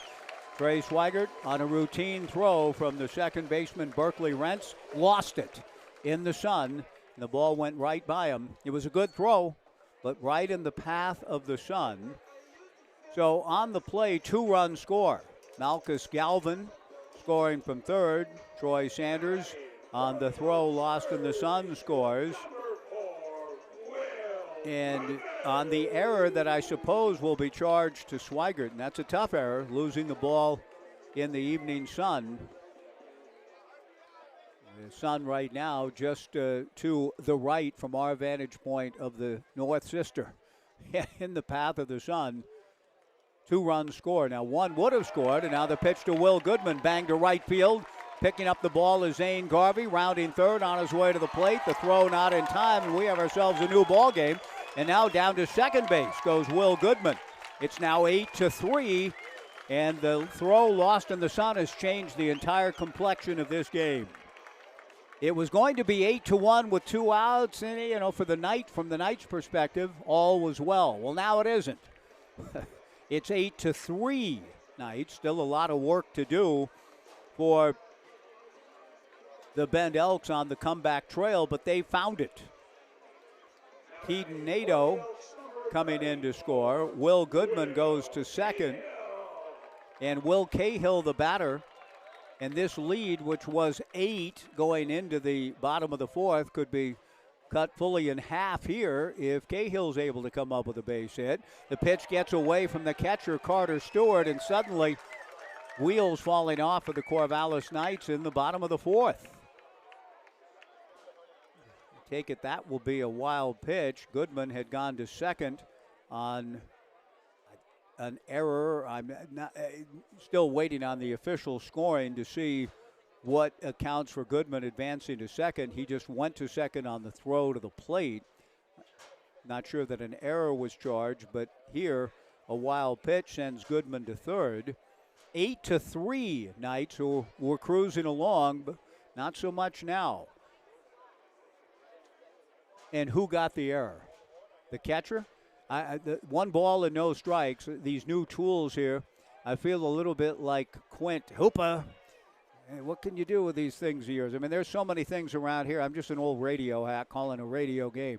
There's a lot of tools on this live stream. Pierce said they gave him an error, but which is the him? The 2-0 pitch, slashed fair down the left field line into the corner. Another run will score, and digging for 2 is Will Cahill, and he gets there with a double. Unbelievable turn of events at Vince Genna in Bend. It was 8-0. It's now 8-4. Cahill, who has the defensive play of the night with a throw to third to get Zane Garvey, drives in the 4th run of the inning for the Bend Elks. And it's now the Knights 8 and Bend 4 with another runner in scoring position and only 1 out. And that big, bright, beautiful sun is the main reason that everything changed in this ball game. It would be interesting to see what would have unfolded had the second out, routinely it appeared, would have been recorded. Salveson to the plate, breaking ball low, ball 1-0, but it wasn't. And now Aiden Tallarico with a base hit could drive in a 5th run. And indeed, the feel of this ball game has dramatically changed in the bottom of the 4th, much to the delight of this Bend Elks crowd, a good crowd on this Friday night here at Vince Genna. The 1-0 pitch. That's a ground ball to third. Tate hammered up with it, throws across to Swigert for the out on the play. Will Cahill advances to third. 2 down. Isaiah Fudge, the batter. Now batting for the Elks, second baseman number 26, Isaiah Fudge. The error that we were chasing down was the drop ball by Trey Swigert. Goodman simply advancing from first to second on the throw to the plate. No error charge. I was wondering if Carter Stewart had trouble picking up the baseball cleanly. Goodman raced to second when that was going on, but no error charge there. Swigert charged for the error, dropping the perfectly thrown baseball by Berkeley Rents, but he threw it into the path of the sun, and Schweigert lost it, couldn't see it, and that's opened the door for a huge inning. Isaiah Fudge takes a strike, 0-1 the count. Will Cahill at third, 2 down. Fudge flails at an 0-1 breaking ball, doesn't get it, and the count 0-2. Landon Salveson trying to get through it cheaply enough. He came in and did his job in producing what appeared to be the second out of the inning. A run would have scored. The Knights would have been just fine with that. But instead, some other things have taken place. Now a ground ball to the right of Berkeley Rents. The second baseman up with it, throws to first, and again Schweigert ducking out of the way as he received the throw. He made the catch, but he was having trouble at the last moment. Again, the ball in the sun. Schweigert held his ground, but as he received the throw was ducking. Like, he lost it, but he held on. Good work on Schweigert's part and Landon Salveson's part, but better work by the home team, Bend Elks. They score 4 in the inning. When it appeared that 1 might be their destiny, they end up taking advantage of an error, scoring 3 more, and are right back in the ball game. So we go to the 5th. This beautiful evening that Trey Schweigert might have a different opinion of at the moment. We go to the 5th. Now the Knights 8 and the Bend Elks 4. We'll be back in 1 minute on the Elks live stream and Joe Radio.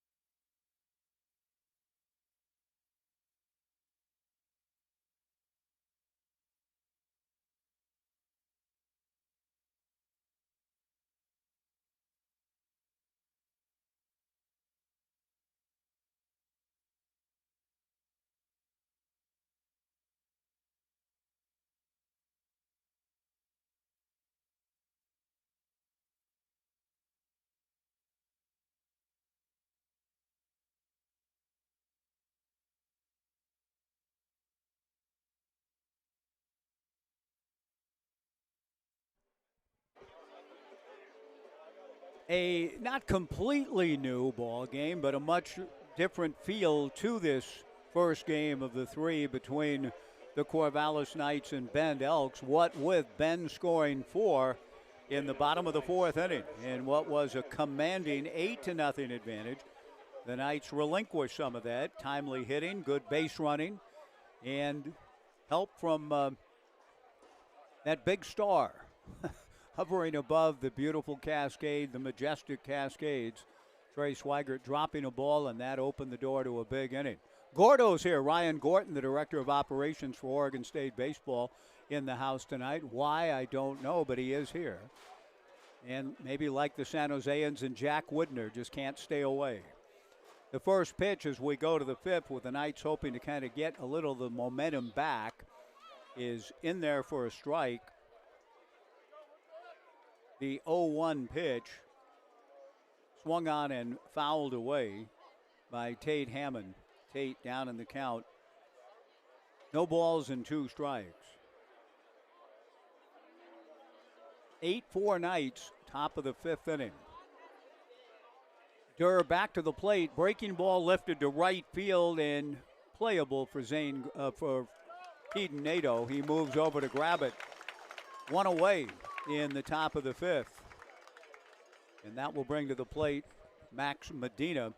Coach Knight has not chosen to flip his lineup at all yet in terms of trying to get some right-handed hitters in against Durr. Fully eight left-handed bats in the Knights lineup tonight. Something I've never written down or said before. Max Medina has grounded to second, doubled to right, and struck out. 8-4 Knights in the 5th. Durr's breaking ball misses high and inside, backing Medina out of the left side batter's box. 1 ball and no strikes to Max. The Knights are run in the second, 4 in the third, 3 in the 4th, and look like they might be able to just cruise on home. Not so fast. The pitch to Medina hit foul off third, out of play. 1 ball and 1 strike to Max. Grounded to second, doubled and struck out. Gavin Durr kicks and comes to the plate and misses off speed in the turf. Ball 2, 2-1. Those majestic cascades I referred to have provided just an incredible backdrop for baseball. Really none better than any ballpark I've visited over the years. This is the best. The 2-1 pitch, a strike, and the count 2-2. We can't see McLaughlin from here, but thanks to a billboard, I believe, or a mural up in an old establishment that's moved, our family's favorite hamburger joint in town. I hope they're a sponsor of the Bend Elks. If they're not, I'm going to give them a free plug anyway. The 2-2 pitch, a check swing taken in the turf, ball 3. 3-2.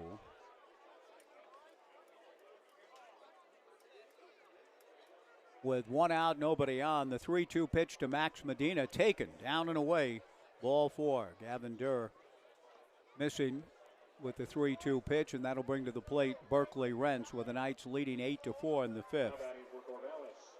I believe it's moved, and I'm not quite sure, maybe close to the Shiloh end now. I looked as I was driving into town today. It might have moved quite a few years ago. But we used to stop, our whole family, my wife and 2 daughters, who may be joining me here tomorrow as well. We've had wonderful trips over the summers to Bend. Pitch is in the turf, ball 1. A hamburger joint called Hardee's.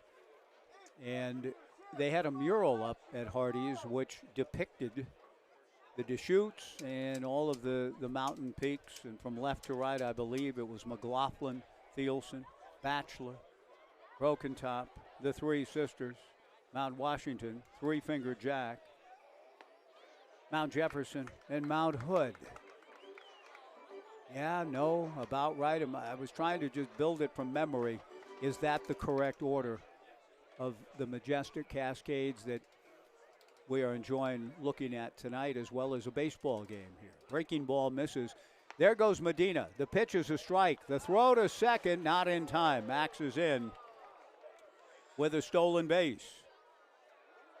And Max in scoring position. The Knights could use a run to feel a little bit better just about the overall momentum thing after Ben scored 8 to get back in this affair in the bottom of the 4th. We're in the 5th, 8-4 Knights. Berkeley Rents with a count of 1 ball and 2 strikes, looking for the run batted in. Chases the 1-2 pitch from Durr.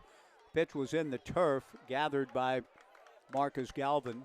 Throws down to Jace Miller to complete the strikeout, 2-3.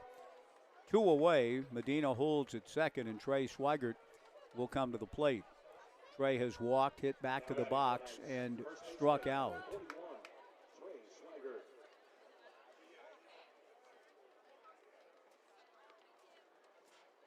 And thinking about Jacoby playing here in the summer of 2002 and then heading on to become a Beaver 03, 04, and 05 and do a tremendous career in the major leagues. Out of the stretch works Gavin Durr, Medina at second, 8-4 Knights in the 5th. Breaking ball down to Trey, who has walked, hit back to the box, and struck out. 1-0 the count.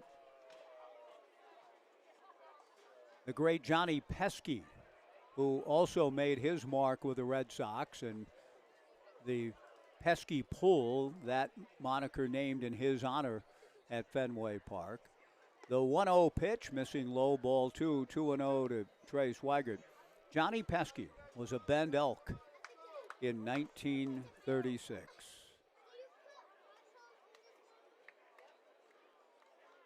Among many legends who have passed through this ballpark. The late, great Johnny Pesky out of Slabtown in Portland. 2-0 pitch, a line drive, base hit to left center field. Rounding third, on his way to the plate is Max Medina, and the throw is cut off, much to the chagrin of Bend Elks fans who wanted to see the throw come through from Will Cahill. But it was cut, no play at the plate. Cahill showed the tremendous arm strength earlier in the game, but has the throw cut here, and Trey Swigert with an RBI single to left. Medina scoring, and the Knights do get a run to kind of, in their mind, I think, settle things down again after giving up 4 in the bottom of the 4th. They get one of them back and push the lead to 5 runs at 9-4. Josh Natai, the batter. First pitch to Josh is down and in, ball 1, 1-0. A 2-out RBI single for Trey Swigert. Good base running by Medina. Good wheels, in fact, by Max. 1 ball and no strikes. It appears as though for all of the players on the field, maybe a little difficulty right now for the hitters from the sun, which is beginning to set beyond, looks like getting closer and closer to Black Butte, but I can barely see Black Butte here now because the sun is so brightly shining into this press box. The 1-0 pitch missing down and in, or the 0-1 pitch, pardon me. 1-1 the count. 9-4 Knights in the 5th. Gavin Durr, the lefty, to the plate. Natai out in front of the off-speed pitch. Fouls it at the plate in the count 1-2. We are watching 2 young men who will be future battlers against one another in the revamped Pac-12. Gavin Durr with Washington State, Josh Natai with Oregon State. The conference officially comes into existence in a couple of weeks now on July 1st. It has been a long and difficult, the travails have been plenty over the last several summers, but it's nice to see the league officially coming into existence, the new Pac-12 on July 1st. Natai and Gavin Durr, parts of programs that have had a tough road to hoe these last couple of years. Pitch missing high and away to Josh. The Beavers operating as an independent. Washington State lining up with the Mountain West. 2 balls, 2 strikes, 2 outs, 9-4 Knights. Natai looking for another 2 RBI at bat. Pulls one deep but foul. Stays up there, 2 balls and 2 strikes. Josh has been aboard on a fielder's choice, and in his last 2 at-bats, 2 out, 2-run singles. Fully 4 RBIs on the night for Josh Natai, who had 2 runs batted in as a Beaver with a 2-run homer against Mercer in the spring. He swings at a changeup here from Gavin Durr. Doesn't get it. Strike 3, and the inning is over. The Knights do get a run. Trey Swigert, a clutch 2-out RBI single. They leave one. The Knights still in pretty good shape in spite of the 4 spot for the Bend Elks, but for Bend and their hometown fans, the Elks showed real signs of life last inning. They hope to continue on the comeback trail as we go to the bottom of the 5th. The Knights 9 and the Elks 4. Back in 1 minute on the Elks live stream and Joe Radio.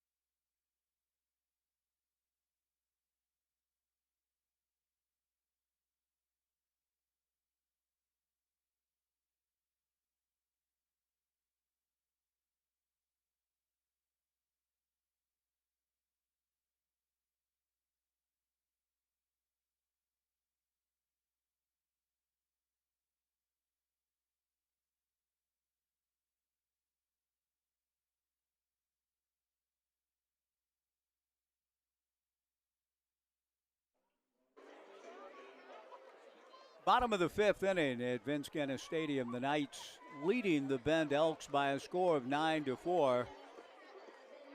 Left-hander Landon Salveson getting ready to face Jace Miller.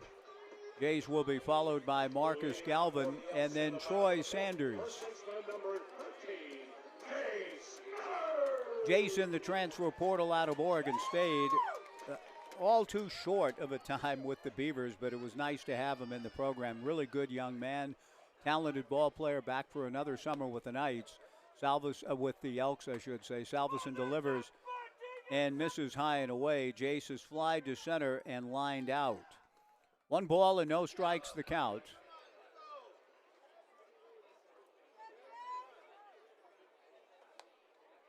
The 1-0 pitch missing for ball 2, 2-0. I'm enjoying the stylings of Dominic Hosing to my right, as I mentioned earlier. Really enjoyed over the years here the legendary Jared and his peripatetic public address announcing style. The 2-0 pitch in there for a strike. A unique experience here over the summers with Jared wandering around the ballpark with a handheld mic, announcing batters as they came to the plate, but you never knew where he was going to be. The 2-1 pitch just misses with Jace Miller running up as if to bunt and takes ball 3, 3-1. 9-4 Knights in the bottom of the 5th. Jace Miller trying to keep the mojo going for Bend by getting on to lead off the bottom of the 5th.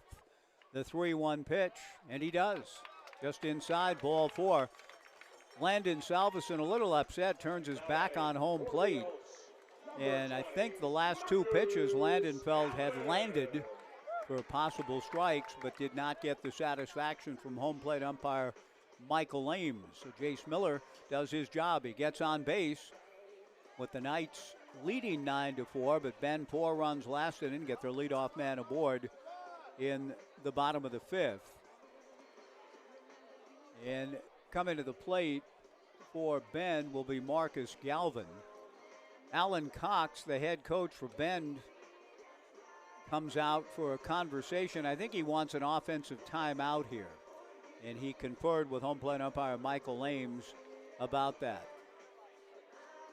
And Jared, as you well remember, those of you who frequent in the ballpark over the years, very entertaining. I'm not sure where he moved off to, but I just enjoyed watching him walk around the ballpark, microphone in hand, entertaining, getting the fans fired up and riled up. And then, oh yeah, now batting, Jacoby Ellsbury. And then keep on walking. It was an unusual public address style. Indeed, the peripatetic PA man, the only one I've ever seen quite like that. The Elks coming into existence in 2000 as part of the West Coast League. But actually, they were part of the Pacific International League, the Bend Elks, 2000 to 2004, a charter member of the West Coast League, along with the Aloha Knights, who became the Corvallis Knights back in 2005. And it really has been a big hit. Wood bat collegiate summer league baseball, but as you well know, a tremendous tradition of pro baseball in this town and in this ballpark. The pitch to Marcus Galvin outside, ball 1, 1-0, meeting adjourned, and the Elks trying to keep the pressure on the Knights, who lead it 9-4, but a leadoff walk to Jace Miller, who hops away from first. The 1-0 pitch catches the inside corner. Salveson evens the count to Galvin at 1 ball and 1 strike. I'm just so grateful that a Save Our Stadium campaign took place here in 2000. Independent baseball 95 to 98 here. I remember being here for the final game of the Bend Rockies, who then moved to Portland after the 94 season. No baseball or independent ball 95 to 98. And an empty summer here in 99. A soft liner, and it gets by Archer Horn, who didn't read it very well off the bat. I thought had a chance to catch the liner, and he's pointing to his own chest at the end of the play like saying, my bad, and I don't think anyone would quite disagree. It looked like a line drive that was eminently catchable, and he just kind of misjudged his reach for the ball, and it goes into center field for a base hit. Jace Miller into second, Troy Sanders the batter. 2 on and nobody out. So again, the Elks are showing real signs of taking the fight to the Knights and getting even back more closely into this affair. They once trailed 8-0 in. It's now 9-4 in the bottom of the 5th. Sanders takes high and away, ball 1, 1-0. Local citizenry, whoever you are, thank you. Our Save Our Stadium campaign staved off the bulldozers in 2000. The 1-0 pitch is pulled to left field, and I have completely lost it in the sun standing up, but I find Jackson Farah moving over to make the catch. One away. The fact that the fans didn't go crazy, folks, go crazy, apologies to Jack Buck, meant that something good happened for the Knights, and it was a catch by Jackson Farah. But from my vantage point, sitting behind home plate in the press box, when the ball left the bat of Sanders, I lost it completely. Farah did not. The lights, these new lights, have yet to be turned on. Playing in the twilight now with Richie Klosick stepping in. 2 on and 1 out. 9-4 Knights in the bottom of the 5th inning. Professional baseball here, the Northwest League, a fixture in this community, 1978 through 1994. The 1-0 pitch hit sharply into left field for a base hit. Rounding third on his way to the plate is Jace Miller. He will score. The throw comes back into third from Jackson Farah, not in time. And here come the Elks again. Miller scores. It's 9-5, and the inning with the most underrated play in all of baseball, says Tim McCarver. The ability to go from first to third on a base hit. Well, it happens here. Richie Klosick not only drives in a run, but his single sends Galvin to third, and the comeback indeed continuing. 9-5 Knights, but runners at the corners and 1 out. So a chance to draw closer even with an out. Strange goings on defensively for the Knights in each of the last 2 innings. Bend trying to take advantage now. They've scored a run, first and third, 1 out. Salvesen to the plate and misses with a breaking ball down and in to Keaton Nadeau. 1 ball and no strikes. Nadeau hit the harmless ground ball to second baseman Berkeley Rentz. It appeared to be utterly harmless as ground balls go. Last inning, the 1-0 off-speed pitch from Salvesen, high and away. 2 balls and no strikes. The score at the time was 8-0. 1 out, ground ball to second. A run would have scored. The Knights were conceding that. It would have been 8-1 with 2 outs. And who knows? Now it's 9-5 after the throw from Berkeley Rentz. Trey Swigert lost it in the sun. The Elks ended up scoring 4. They've added another one here and threatening for more. Out of the stretch works Salvesen. The 3-0 pitch is ball 4 to load him up. Pierce, do you have a view into the Knights bullpen? Yes or no? Okay, let's see if anything's going on down there. Haven't worked with a monitor very often in my life, and I can't tell. Okay, thank you. Pierce has number 44 for the Knights throwing. That would be Bryce Hill. And Brooke Knight, I think, is going to bring Bryce Hill into the ballgame. And we're going to get a chance to see an absolute rock star of a pitcher in Bryce Hill. The Major League Baseball draft begins on July 11th. Bryce's name is likely to be called early, but if Bryce doesn't end up, it's not 44, it's 39. I can't see a thing with the sun, and anyway, it's Blake Sebastian, a right-hander, but Bryce Hill, I think, has begun to throw as well, so we may see Bryce make his debut before the night is over. Blake Sebastian gets the call with Bend creeping back in this one. 9-5, the tying run at the plate, and Will Goodman in the bottom of the 5th inning. We'll take a 90-second pitching change break. 9-5 Knights trying to hang on back in 90 on the Bend Elks live stream and Joe Radio.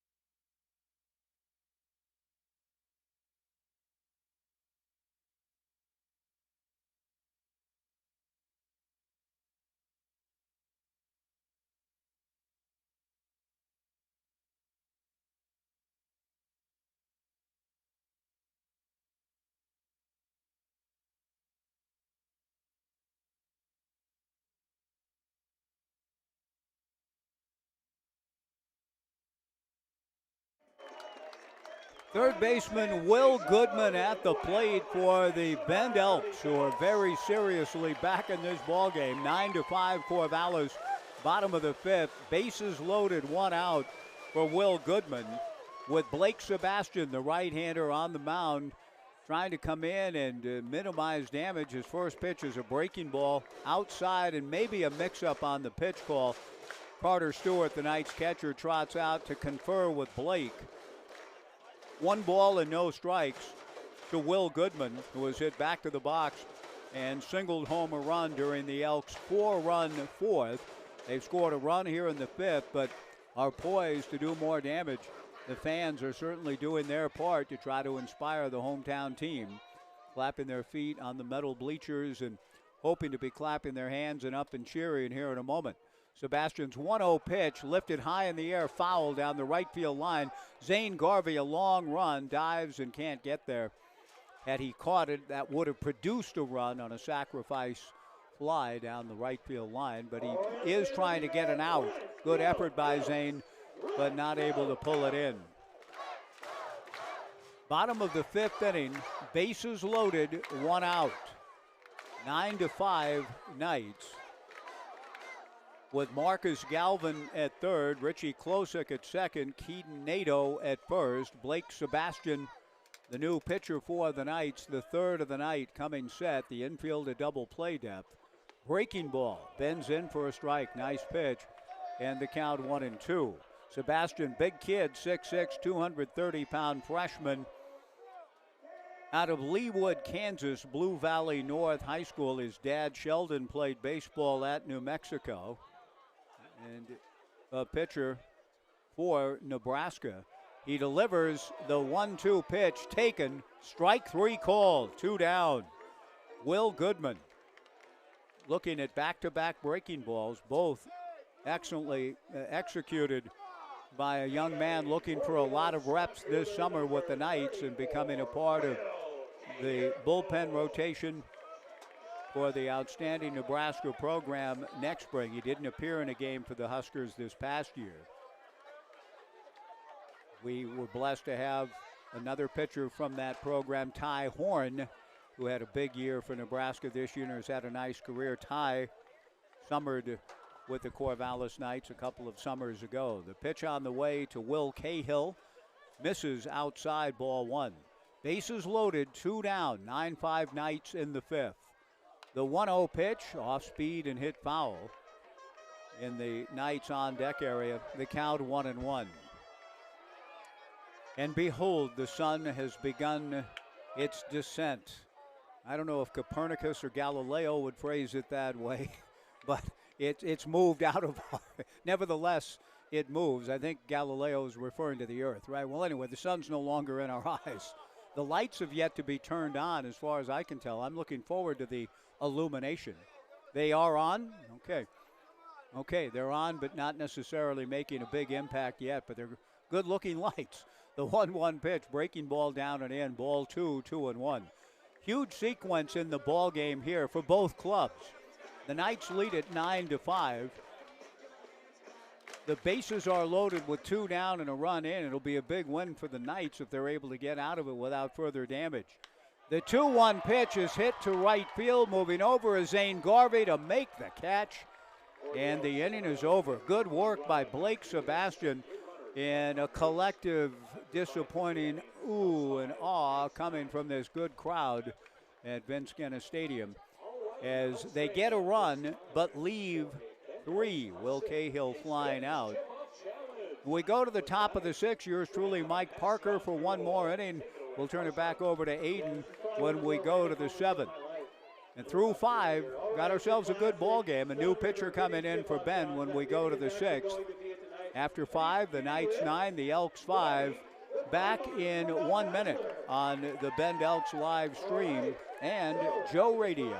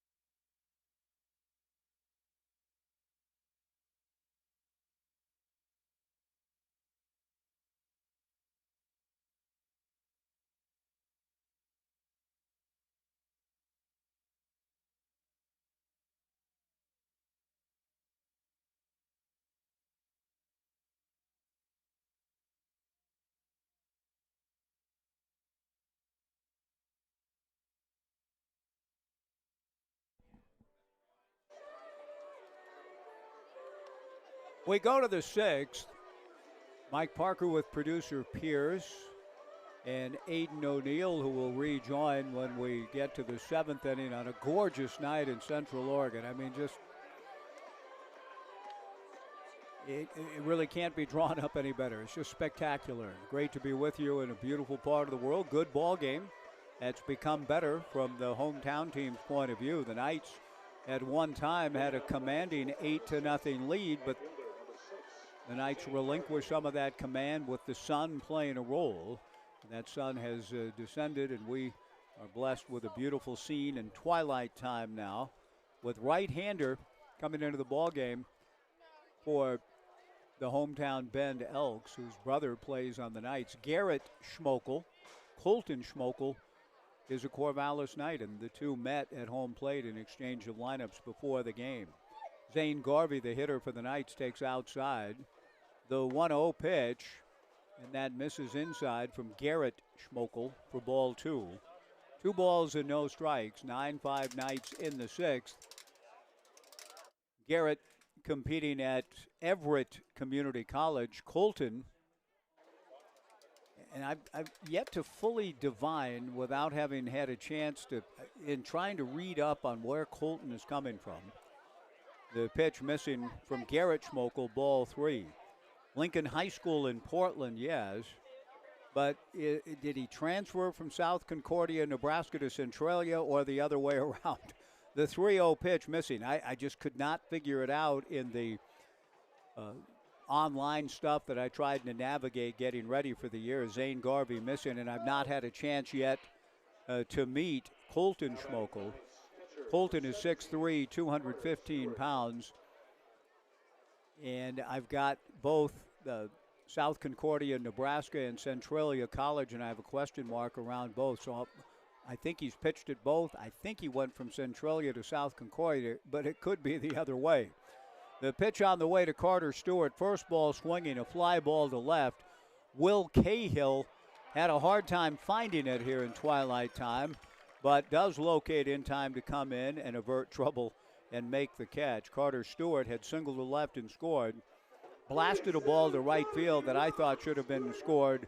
A double for 2 RBIs was scored here officially. An error on a twisting and turning attempt by Keaton Nato on the warning track out and right. And then Carter walked in his last at-bat. Whether Brooke Knight or anyone will take that matter up with the official score, because that's 2 RBIs and a potential double for Carter Stewart. A throw down to first after the first delivery to Archer Horn. Missed for ball 1, getting back safely Zane Garvey. 1 ball and no strikes to Archer Horn, who's flied into a double play and has RBIs in his last 2 plate appearances with a ground out and a bases loaded walk. Archer backs away, fastball inside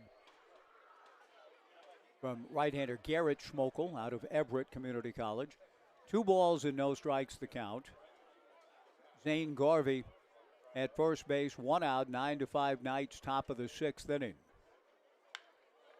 The pitch to Horn, laced to center field, base hit, and then the ball gets by Aiden Tallarico and will roll all the way to the warning track in center.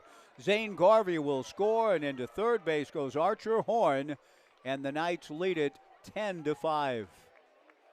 Horn absolutely smoked that ball. The exit velocity, one of those newfangled tools.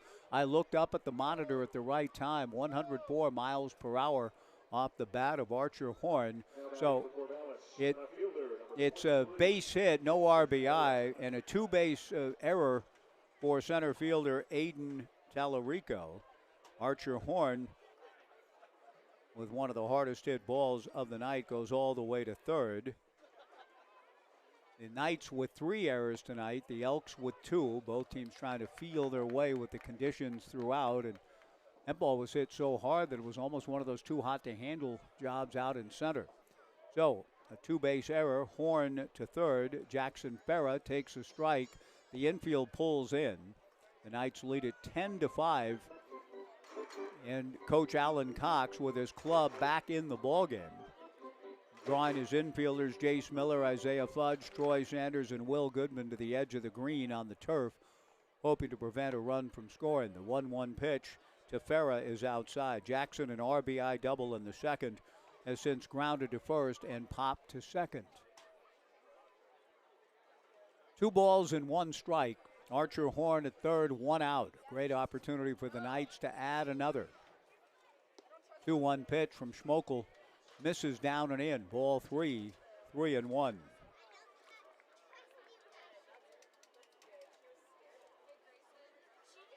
The left-hand hitting Farah used the opposite field for a 2-out RBI in the second.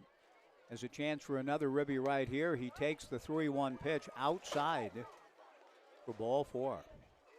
The Knights have done a good job tonight with the strike zone, staying away from chasing for the most part and taking their walks. That will lead to a walk by Wes Harper, the pitching coach, out to the mound to visit with Garrett Schmokel, who has issued 2 walks in the inning. The Knights have runners at first and third and 1 out in the top of the 6th, leading 10-5 and looking for more. Now, tomorrow night, we hope that if you're watching or listening, or even if you're back home in the mid-Willamette Valley, a really unusual promotional night, one I've never heard of before, but looking forward to seeing how it plays out at Genna Stadium for the 6:35 game tomorrow night. It'll be Stitch and Pitch night, presented by Wooltown. Wooltown is a local yarn shop, and you are encouraged to bring yarn, needles, and hooks to the ballpark and knit during the ball game. Fields was asked on the croquet lawn in Poppy by the dowager he was trying to swindle, "Professor, do you croquet?" Fields says, "No, I do not, but I used to do a little tatting on the trains occasionally." Kind of a bad pun, but so not tatting, not crocheting, but yarning. Tomorrow night, presented by Wooltown. So that sounds like a lot of fun, an interesting experience, never having seen that before either. A lot of firsts here over the years at Genna. A sun delay, 8 left-handed batters in a lineup, and now tomorrow night, Stitch and Pitch night, presented by Wooltown. The first pitch to Tate Hammond, fouled at the plate and got a piece of the umpire, Michael Ames. And Alan Cox, who indeed can empathize, comes out to confer with Ames more than anything else to give Michael a little chance to recover from a less than pleasant experience on that foul tip at the plate. No balls and a strike to Tate Hammond, who has grounded to second, walked, and flied to right. At Goss Stadium at Coleman Field, the home of the Knights and the Beavers, I see fans occasionally knitting, reading. A lot of readers at ball games. They come and they sit, and they listen sometimes to the radio broadcast, but they're doing other things and occasionally glancing up at the ball game. If fans are doing here, they'll see the Knights lead it 10-5 and have runners at first and third and 1 out for Tate Hammond, who swings at Schmokel's changeup and doesn't get it. Good pitch from Garrett. 1 ball and 2 strikes. A run in for the Knights and looking for more with Archer Horn at third, Jackson Farah at first. A throw to first, and Farah dives back. A leadoff walk leading to a run for the Knights here in the 6th. And now runners at the corners. The Elks with their infield now at double play depth with runners at first and third. 0-2 to Tate Hammond, who drives one to deep left center field. Going back on the ball is Aiden Tallarico. He makes the catch. Archer Horn tags and scores on a long sacrifice fly to left center from Tate Hammond. And the Knights lead it 11-5. 2 down in the inning. The run may end up being unearned. We'll see. Coming to the plate will be Max Medina for the Knights, who have done a nice job offensively. A run in the second, 4 in the third, 3 in the fourth, 1 in the fifth, and 2 now here in the 6th. The Elks have been kind of creeping back, though, and it behooves the Knights to try to put some pressure on, extend the lead out again, and they have. It's 11-5. It was once 8-0. Max Medina takes outside from Garrett Schmokel. Jackson Farah at first, 2 down. The 1-0 pitch missing away for ball 2. 2-0.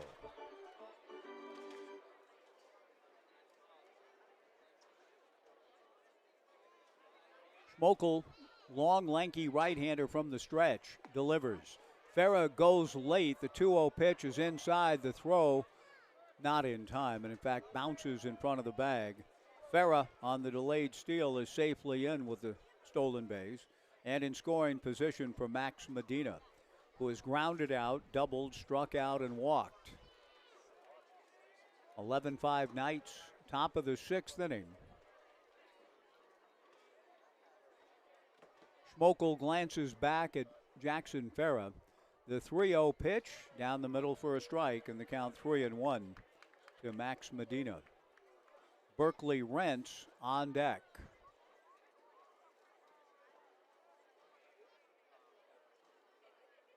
The 3-1 pitch lined into left field for a base hit. Brooke Knight will hold Jackson Farah at third base. Will Cahill gets the baseball back in. Nice piece of hitting by Medina. Going the other way, the Knights have used the whole field well tonight. They lead at 11-5, 11 runs and 10 hits. And now runners at the corners for Berkeley Rentz, who has grounded out, had an infield single, been aboard on an error, and struck out. Schmokel's fastball misses high and away, ball 1, 1-0. Top of the 6th inning, 11-5 Knights.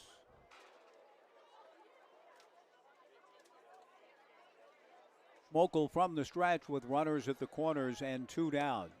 The 1-0 pitch is up and away, ball 2, 2-0. Medina, a very good runner, and may indeed be on the move.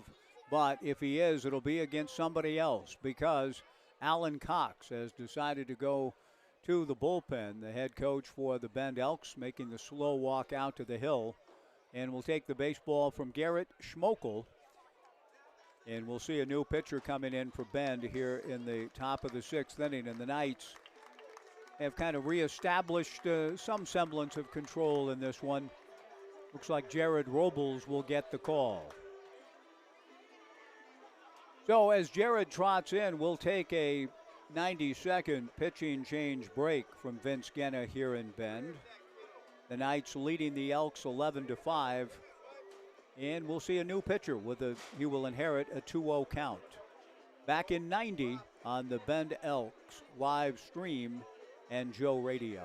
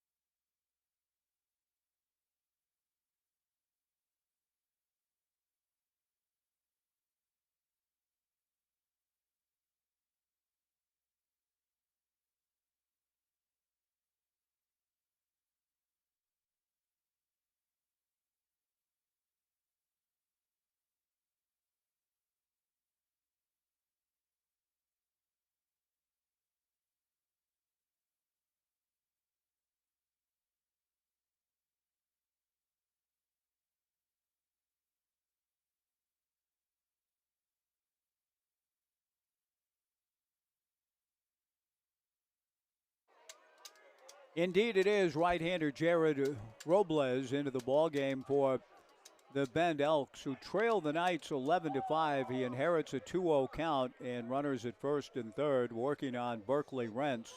Jared's 2-0 pitch is fouled back and the count 2-1.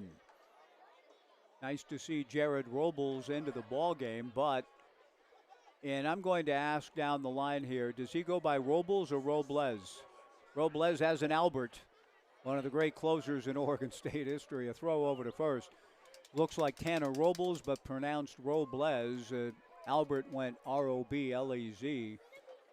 Young Jared here going to Cal State Los Angeles, R-O-B-L-E-S, pronounced Robles. He throws to first. 2 balls and a strike to Berkeley Rents. There goes Medina. The 2-1 pitch is a strike. The throw to second is in time for the out. Medina caught stealing to end the inning. A strike thrown by Marcus Galvin to Troy Saunders, and the inning is over. The Knights settle for 2 runs. They leave 1.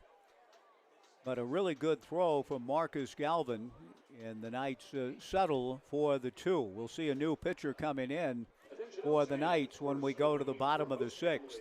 The Knights 11 and the Bend Elks 5. Back in 1 minute on the Elks live stream and Joe Radio.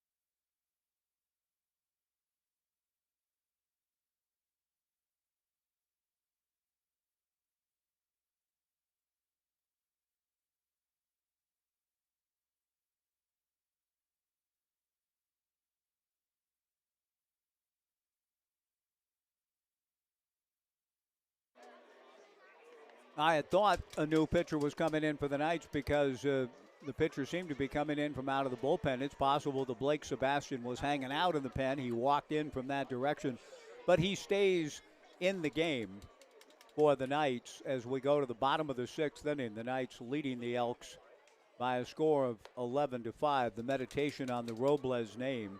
The Beavers once had a pitcher named Tanner Robles, and he went by Robles, R-O-B-L-E-S. That's the same spelling for Jared, who just did a nice job coming in out of the pen, pronounces it Robles. Jared had a twinge when I looked at where he's from and where he pitches.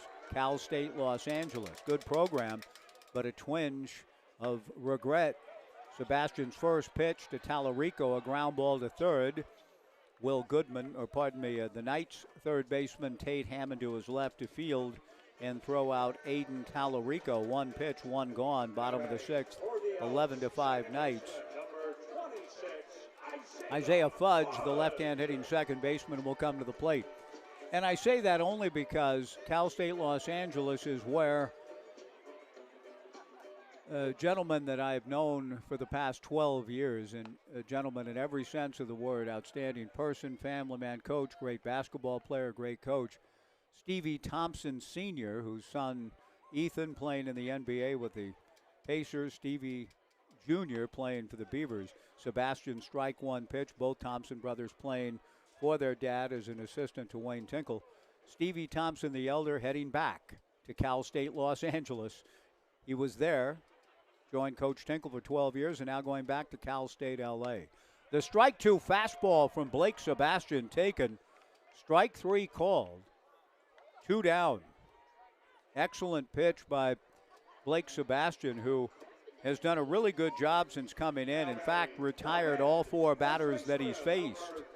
And with 2 down and nobody on in the bottom of the 6th inning, the Knights leading 11-5. Jace Miller, the hitter. Jace did a good job last inning. He drew a leadoff walk and ended up scoring the only run. The Elks were threatening for more. Sebastian shut it down. Blake's first pitch to Jace misses down and away, ball 1. Jace has flied to center, lined out, and drew the aforementioned walk. The 1-0 fastball a little low and in, ball 2, 2-0 to Jace Miller. Marcus Galvin on deck.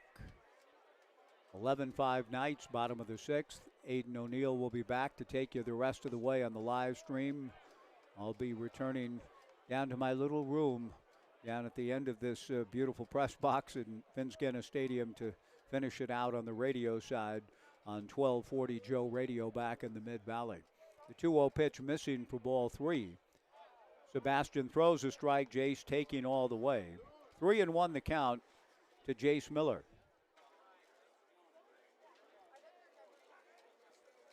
Sebastian back to the plate. 3-1 fastball is strike 2. So Blake trying to come all the way back from down 3-0 to a full count. Marcus Galvin waiting his turn. An incredible scene here in the twilight time in beautiful Bend. The 3-2 breaking ball, a 2-hopper wide of third. Hammond to his left, fields and throws to first, not in time. Jace Miller beats it out. A Baltimore chop of sorts to the left of Hammond. And good hustle down the line for Jace Miller to pick up the base hit. And that'll bring to the plate Marcus Galvin. Marcus, the left-hand hitting catcher, has walked twice, scored a run, and singled to center.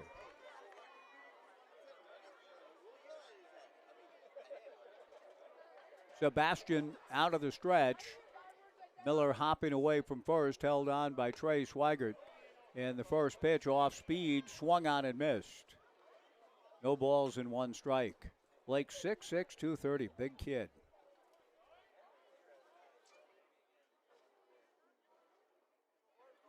And hoping to become a real factor next year for Nebraska.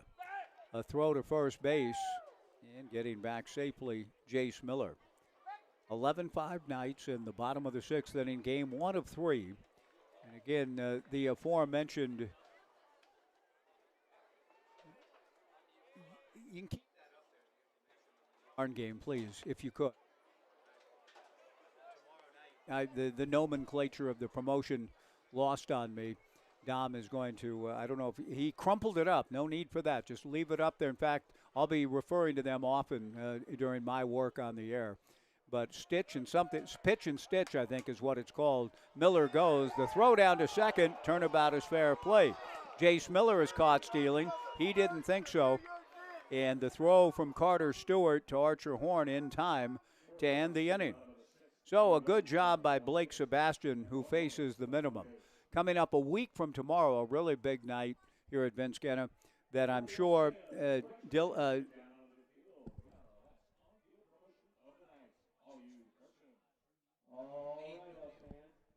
Aiden O'Neill will tell you about, as I will as we go the next couple of nights. Aiden will be back to take you the rest of the way. A real honor to be on the Bend Elks live stream. Thanks to the hospitality of Aiden O'Neill, Herco's producer Pierce. We go to the 7th. Aiden will be back. And for radio purposes, back in Corvallis, 90 seconds from me. I'm not sure when Aiden, maybe in 1 minute, he'll be back. But I need 90 to regroup and head down the hall, Dale. So I'll be back in 90 on Joe Radio. Back in a minute here on the Elks live stream, 11-5 Knights. Back after this.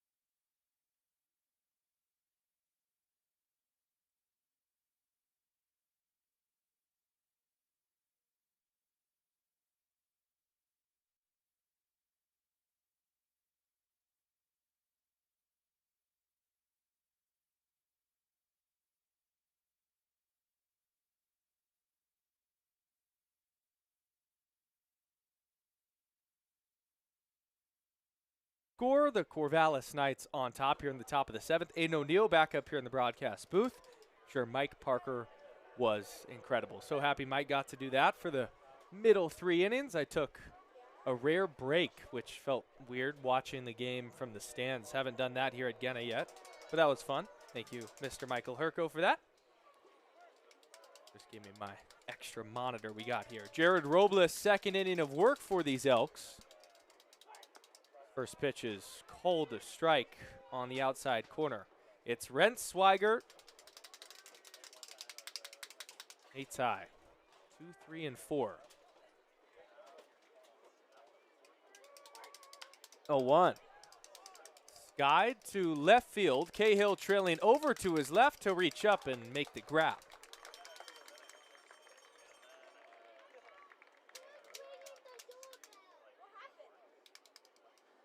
Jared Robles, the last time he worked was on Sunday against Walla Walla. And now an update on the Elks defense. Cahill, Tallarico, and Nato. Then it's Goodman and Sanders on the left side. Fudge and Miller on the right side with Marcus Galvin doing the catching. Ray Swigert. That here. Robles uncoils and fires in a strike. But looking back to Robles' last outing, it was quite uncharacteristic. He was a guy that was known, at least in his first outing, as pounding the strike zone, and it kind of got away from him. In that game, 1 inning, 4 runs, no strikeouts, and 5 walks. So I'm sure that emphasis for Robles this time around will be to pound the zone. Los Angeles, California. And thunder from the right side, a fastball that will be sitting in the low 90s. 1-1. Rounded sharply right back up the middle, and another hit for Trey Swigert.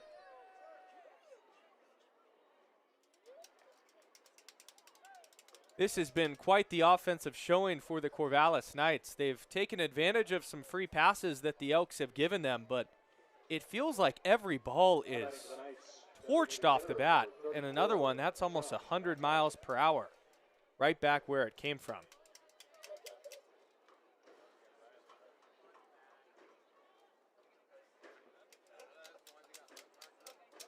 Now Josh.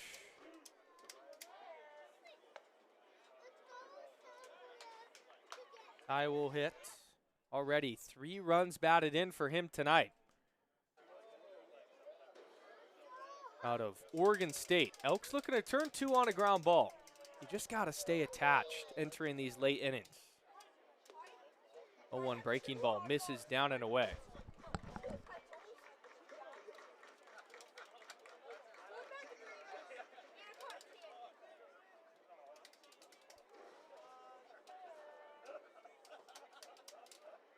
Robles works to Natai.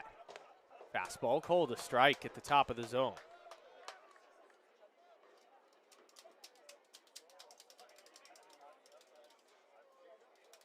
Elks are in that spot where it's felt like every game has been a roller coaster. When the pitching isn't going right, the offense is good, and vice versa. And they're just trying to get over that hump with a lot of talent on this roster. Been a frustrating beginning to this season. 6 straight West Coast League losses, 3-6 towards the bottom of the West Coast League South standings.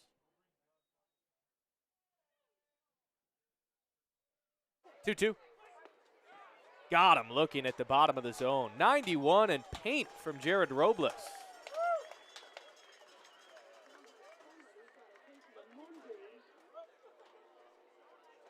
A 9 ERA entering this outing, and that completely ballooned in that Sunday game against the Walla Walla Sweets.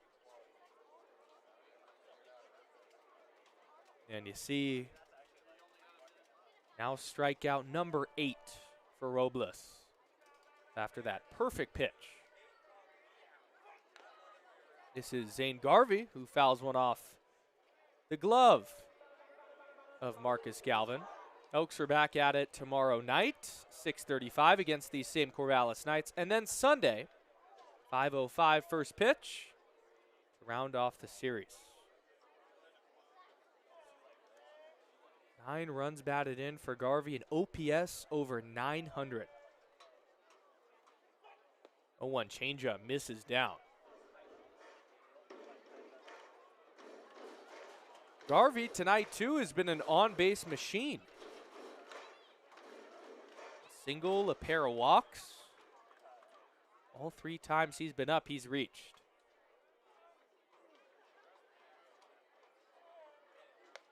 Big swing and a miss. It's 1-2.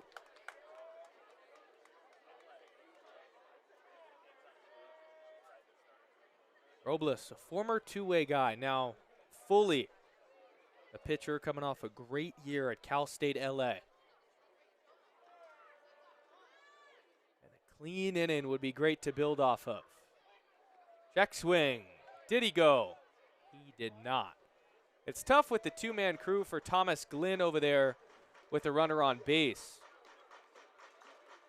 to say he went around.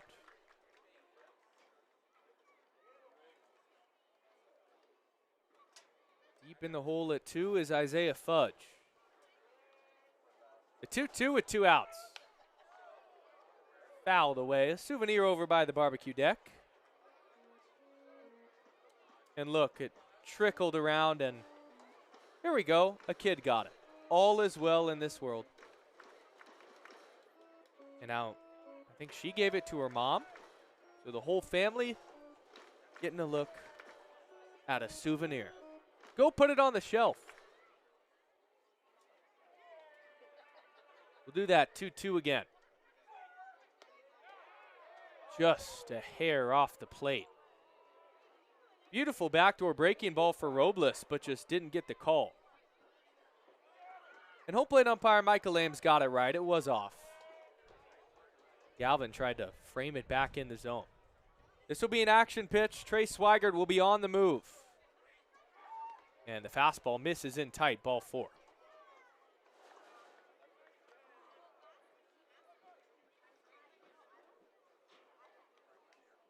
So another walk for these Bend Elks.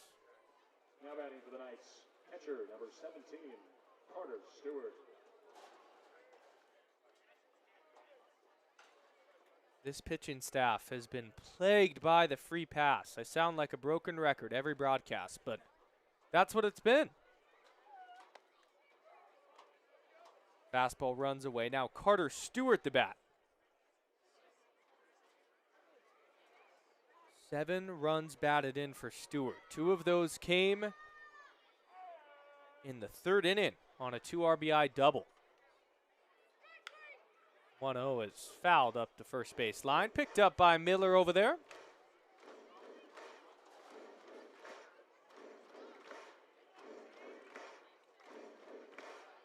The last frame, the Elks walked 2 batters.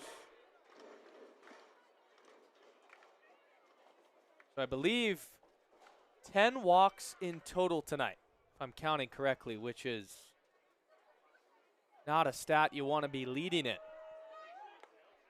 Foul tipped into the catcher's mitt. It's 1-2. Just gotta keep battling. A whole lot of game to be played here in the top of the 7th. Robles at pitch number 20, laboring a bit this frame.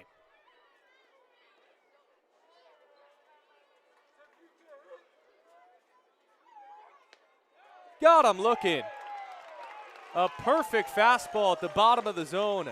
And Jared Robles' 2nd backwards K of the frame. All right, stretch time here at Genna. Elks trail by 6, but maybe something to build off of when we return on Bend Elks YouTube. Alrighty, Carson, you ready to lead us and take me out to the ball game? I sure am. Let's do it, Elks fans. Ready? 1, 2, 3. Take me out to the ball game. Take me out with the crowd. Sing it out.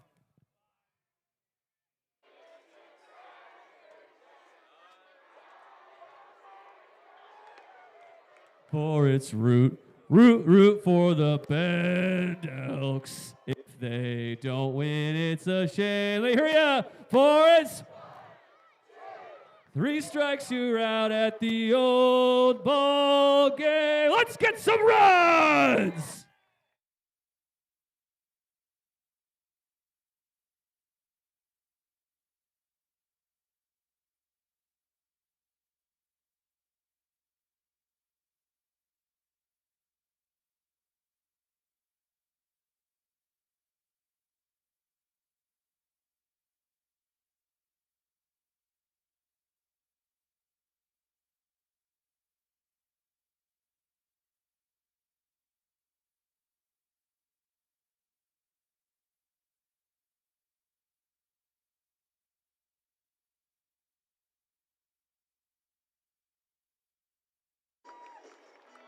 The best sunsets in the world reside in Bend, Oregon, and tonight is really just an appetizer for what's to come for the rest of the season.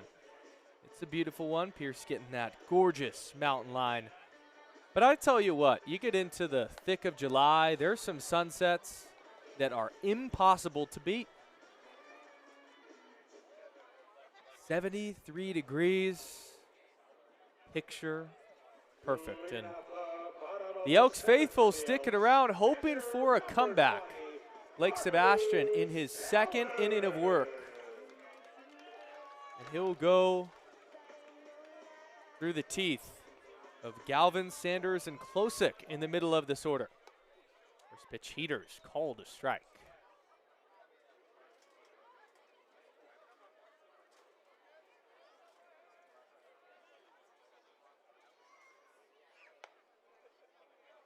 One at 87. Misses up and away.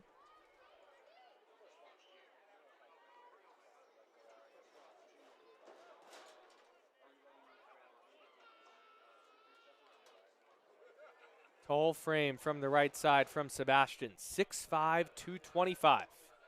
Galvin takes up and away. Tonight for Marcus, reach base a couple of times on a couple of walks. That plate discipline, one of his best qualities. As time is now called from Stewart to go chat with the righty.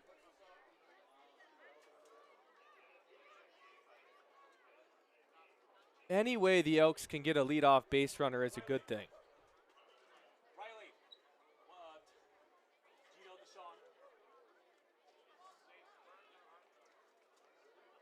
Already at pitch 21 in this second inning of work, a 6.35 ERA. Man out of Laywood, Kansas. University of Nebraska Cornhusker as Galvin dribbles one back up the middle. Rentz ranges to his right, fields, and throws to first for the first out. Now batting for Bend, shortstop number 29, Sanders. Just got it off the end of the bat. Now bringing up Troy Sanders, who already has a double tonight. He's really impressed. Start his Bend Elks campaign in OPS right at an even 1,000. Take a big breaking ball for a strike. Sometimes all it takes is that calendar flipping to the summertime for a guy to turn it around offensively. And you see shades of that already from Sanders. Up and down year at Grand Canyon University. Former Walla Walla Sweet just a summer ago. Taken tight, 2 balls and 1 strike. But the skill set when it comes to the power in the bat, flashy plays defensively, it's all there. Just got to piece it together. Take a strike at the top of the zone, 2-2. Richie Klosick on deck, then Keaton Nadeau.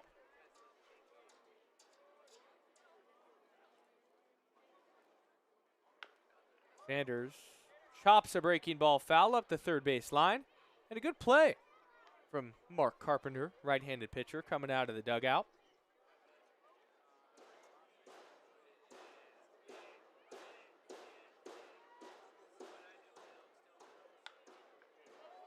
Skied. Shallow center field. Medina racing in, had to go a long way and makes the catch. Was set up in straightaway center field and went a country mile to catch it on that fringe in between the turf and the natural grass. Richie Klosick will hit with 2 outs.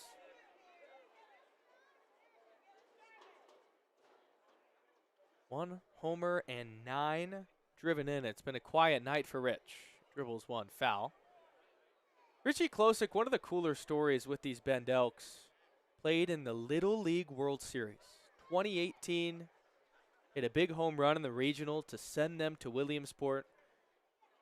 And still, one of Richie's fondest memories. He looks back on his career and the entirety of it, now playing at LMU. Sebastian's 0-2. Got him swinging. And a great inning from the tall righty, setting down the Elks in order. To the bottom of the seventh. No runs on no hits. After 7 complete innings. Nice 11. 7 innings through, Knights by 6. We'll go to the 8th. Be back after this on Bend Elks YouTube.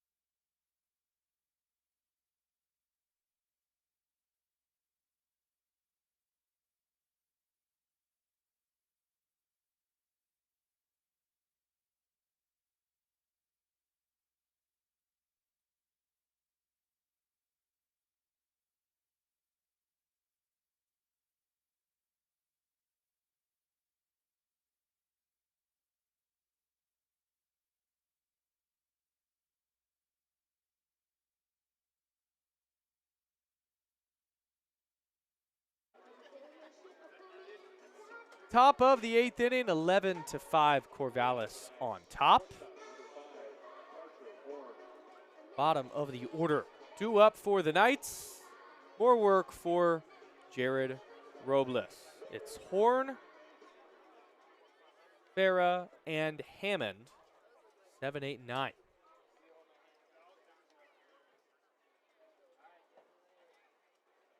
Farah will take a strike on the inside corner. A lot of action going on around the West Coast League tonight. These Bend Elks getting back into league play for the first time in about a week. Changeup misses away. So far tonight, though, update you on a couple of scores. You're seeing them flash across the bottom of your screen, and I hope you appreciate the brilliance from Pierce Gordon. Adding on a nice little touch. 1-1 heaters called a strike. Bellingham beat Portland 5-2. Edmonton on top of Yakima 14-7 in the top of the 9th.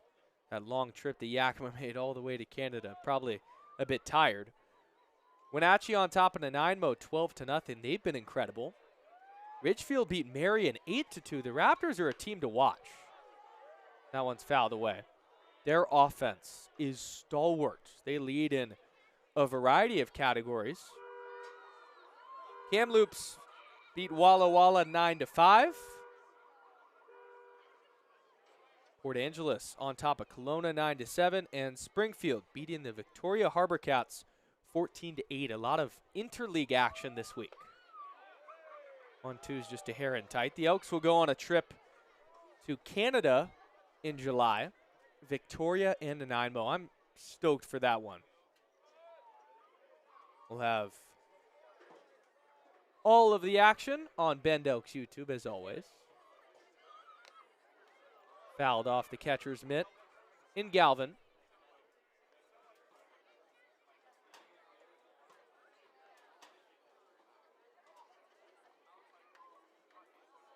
Archer Horn from San Mateo, California, and committed to Stanford. Shades of a former Knight just a year ago, and Brock Kettleson, who really dominated the league. Take low there. Horn not having nearly the same start that Kettleson had last year. Brock was one of the better players in the entire WCL, swiping bases left and right. But still, a highly touted recruit. It's going to be a Cardinal as he skies that one. Deep to left field with some backspin. Going back to the wall is Cahill looking up. And it's gone. Archer Horn, an opposite field blast and right on cue. That star power showing. It's 12-5 Knights. Home run number 1 this summer for Horn. That is an impressive swing of the bat.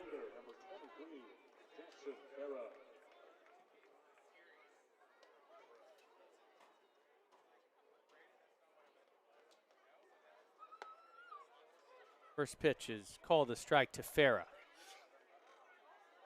He took a fastball up and away and just went right with the pitch, not getting any help from the wind at this time of the night, but drove it. 0-1, popped up to the shortstop in Sanders, who can't field it. It's a single on a ball that was hit 48 off the bat. You see that home run. Up and away, drove it with authority into that dusk night. There's something there with Archer Horn. I'm sure when the Elks see the Knights in a month from now, those numbers will be a whole lot different. Now Tate Hammond. Chopper over the head of Robles. Can anybody make a play? Sanders coming in and just got the speedy Hammond as Farah moves up to second. That was eerily similar to the play that Sanders was not able to field. It just had more chop to it, so he got it on the short hop.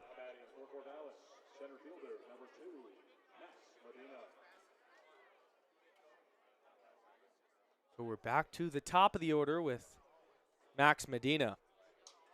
Big part of the frustration with this stage of the season for the Elks has been how as the games get later, it's felt like there's no hope for a comeback, frankly. Deflating at this point of the game, once you get past the 7th inning, you have those crooked numbers, difficult to come back from.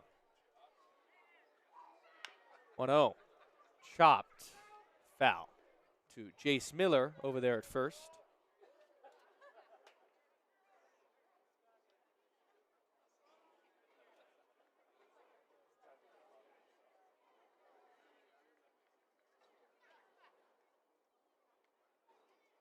Hope you guys can make it tomorrow night. Vince Genna Stadium Stitch and Pitch Night presented by Wooltown. Fun weekend, rivalry baseball. What else would you rather do in Bend?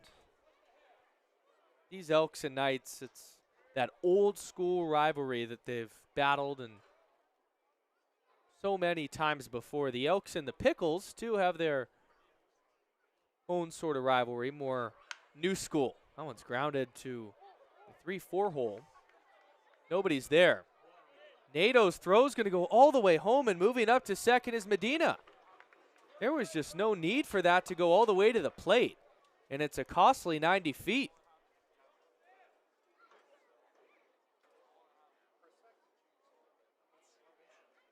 There's been just some mental miscues for these Elks, and came up crow hopping. It's a great throw by Nato, but when the runner and Jackson Farah had no intention of scoring, it makes it seem unnecessary. As now it's Berkeley Rents. Elks just looking to stay in it any way possible, though. Keep the infield back. Alan Cox and crew relying on Robles to continue to eat some innings with that pitch count up. At 36 innings at Cal State LA, so has the experience of being a workhorse. Popped up, foul.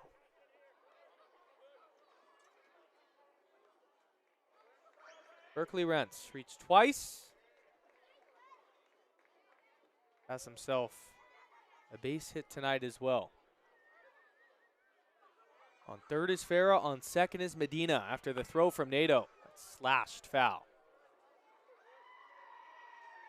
Berkeley Rents out of George Fox University from Wilsonville, Oregon. Just a 5'7" infielder, but does a whole lot with the glove, and that's how he keeps himself in the lineup up the middle of the infield. Chopped softly right back to Robles. He'll field and throw to first in time.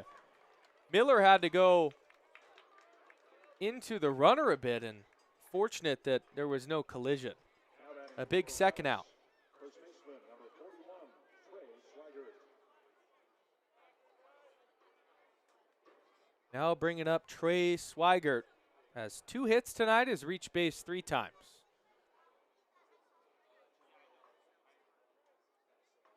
Top of the 8th inning, 12-5 Knights. Runners on second and third with 2 gone. 14 hits for Corvallis. Swigert will take up and away.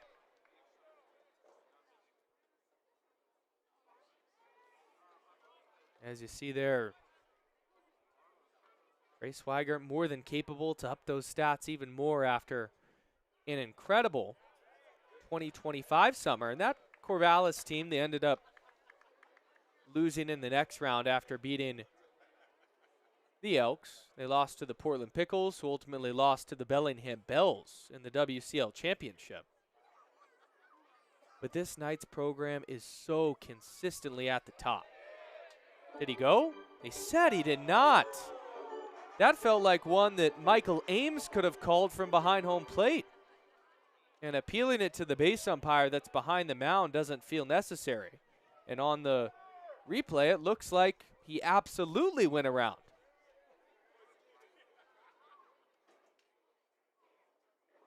Two 1. And that changes the complexion of the at-bat. 2-2 it would be versus 3-1, forcing Jared Robles to work extra hard. Has the open base at first.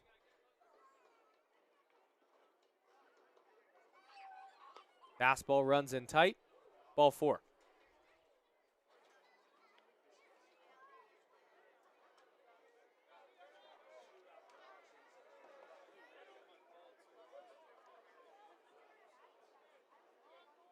Now batting for the Knights, designated hitter, number 34, Josh Natai. So Josh Natai will hit with the bases loaded and 2 outs.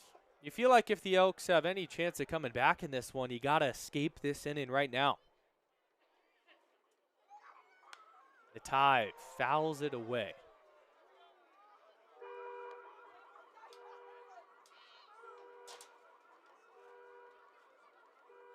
Natai, 3 runs batted in and 800 OPS.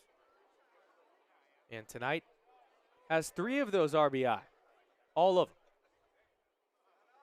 0-1 goes behind Natai, but a friendly bounce off the bricks. Right back to Marcus Galvin. Holds the runner and Farah at third.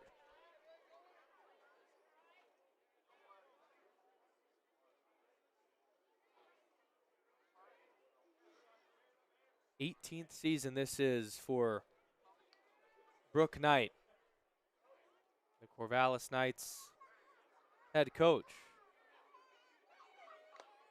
Val tips that one into the mitt. And with a friendly start, 7-4, we'll be looking to do some more damage in the WCL. The accolades are off the charts when it comes to Coaches of the Year awards. First title came back in '08 and hasn't looked back. But Robles there with the big punch out, and that'll limit the damage. Natai strikes out for his 3rd time tonight, a hat trick. But 1 run comes in on the Archer Horn opposite field homer. Bottom of the 8th, Elks trail by 7 when we come back on the Bend Elks YouTube page.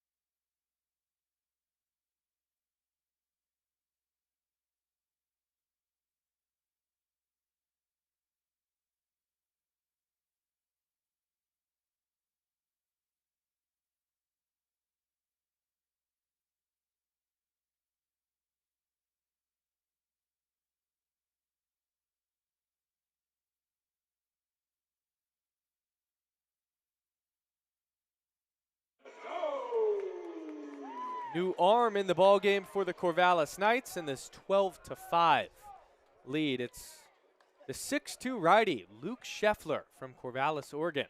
Flips over a breaking ball that's called a strike. Hometown product goes to Linfield. His first appearance in league play for these Knights. Face Nato, Goodman, and Cahill. Nato will take high.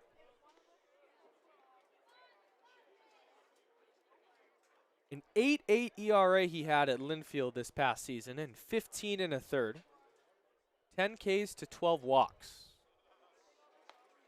1-1 misses away. Starts with getting that leadoff runner on if you're these Bend Elks.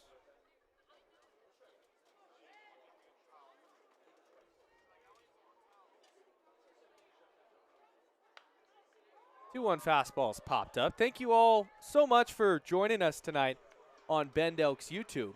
If you're not subscribed yet, I really encourage you to do so. Our guy Pierce Gordon, my lovely producer, has been incredible this season getting this stream together, and we've been so happy to have you guys join us. I see the chat, I see the viewers. It's spiking up constantly. You guys are locked in. At this stage of the game, I know we have a lot of East Coasters, which is pretty cool. It's getting late for y'all.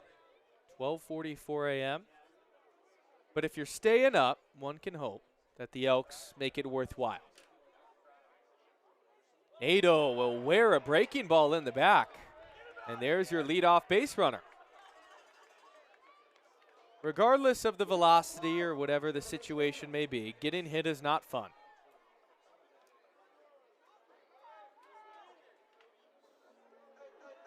Elks get some speed, though, on the bases with Keaton Nato. Just that breaker. Got him right off the glutes.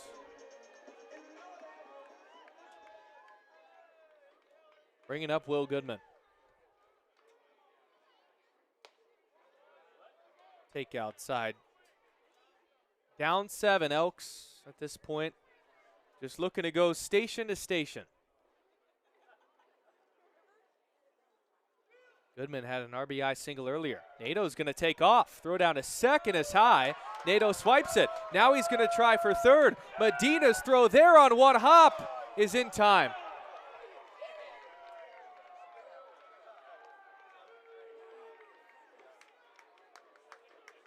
Down 7, you just can't get thrown out on the bases. And Keaton Nato swipes second, but you're already in scoring position. That's a tough one. And he was out by a good bit.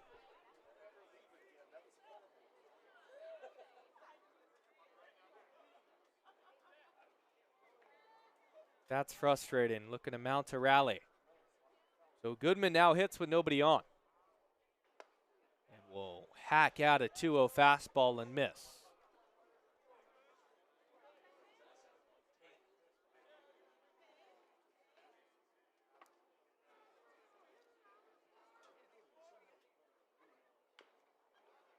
Chopped foul up the third base line. Right by Mr. Kemp. That throw had some anger behind it, I think. And I can't blame John.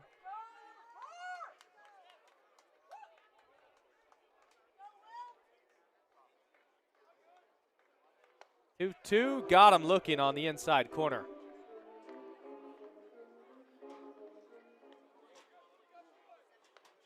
Two gone in the 8th.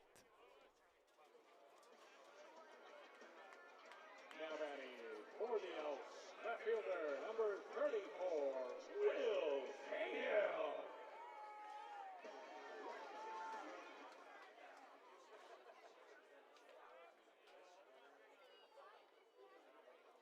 Two gone for Cahill, who chops one off his foot.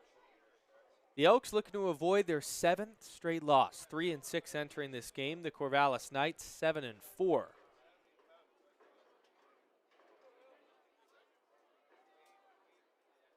Will Cahill, though, a bright spot for these Elks. He has been an electrifying young player to watch. Redshirted at the University of Washington, a highly touted outfielder. out of the state from Seattle. Now here in Bend. Sky the 0-1 to shallow center field. Medina and Farah are coming in, and Farah makes the catch to end the inning. The Elks got the leadoff runner on in Keaton Nadeau, but he gets thrown out after stealing the base and trying to stretch it after the throw went into the outfield. We are on to the 9th. Elks trail by 7 here on the Bend Elks YouTube page.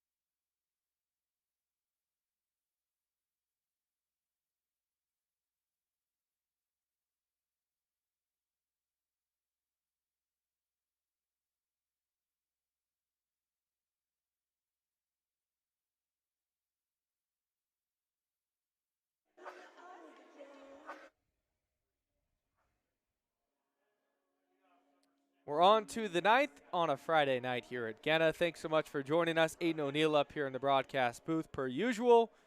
Love all of you guys tuning in every single night. It makes my job easy telling these guys stories. And the Elks looking to mount a comeback here in the 9th inning. And a new pitcher on the mound in Malachi Boschart, the transfer that's headed to St. Mary's this next season. 6'3", 210-pounder, an incoming junior. And he's transferring from San Joaquin Delta College. That's a JUCO, where he did a bit of the whole two-way thing, but primarily a starting pitcher.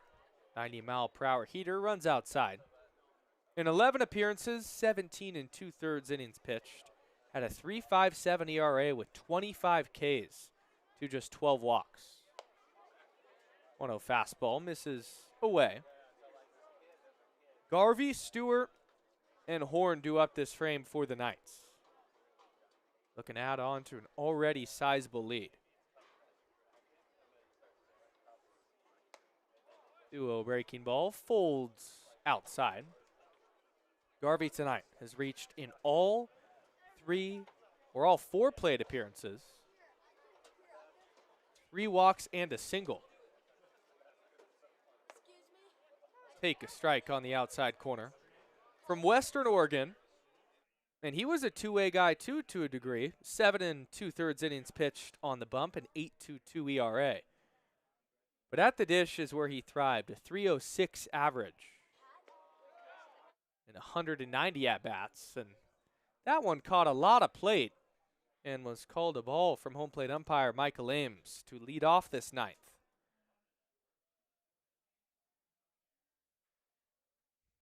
Tough break there from Boschart, looking to get back into the strike zone. And his 3-1 that was right there didn't get the call.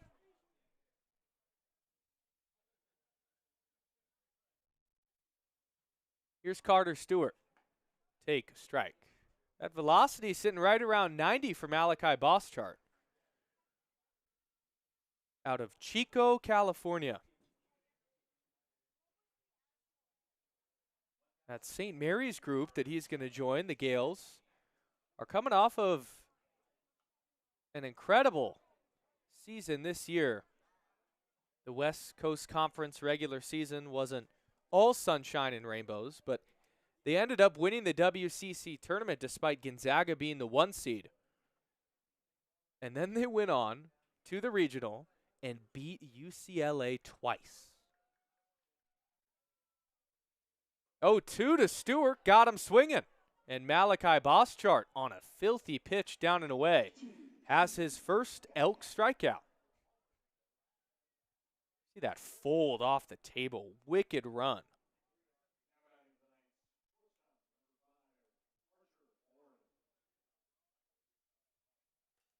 One out for Archer Horn.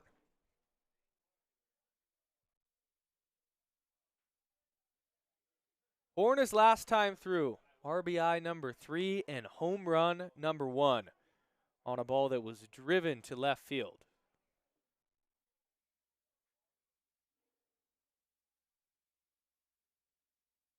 According to Perfect Game, rated a 10 out of 10 when it comes to their prospect system. This guy's another one. This one in the park, though, to left. Cahill chasing after it. Near the line, it's playing tricks on him and falls. It's a double.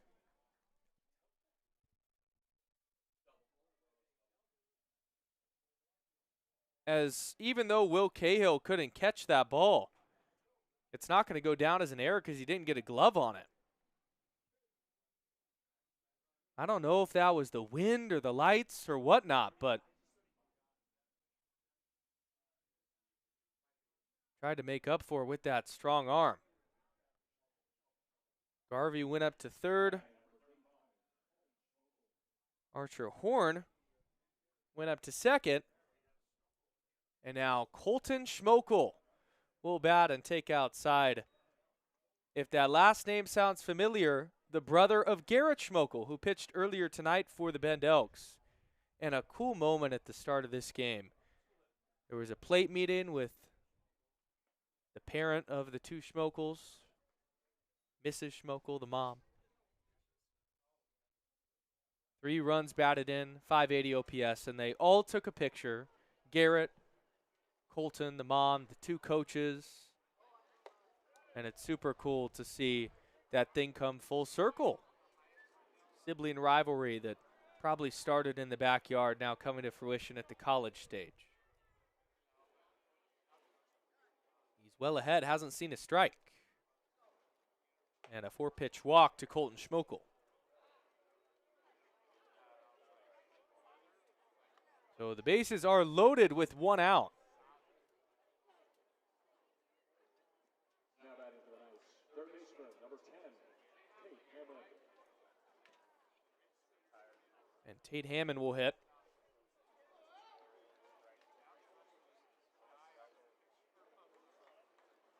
Still looking to get it going. Reached on a walk earlier tonight.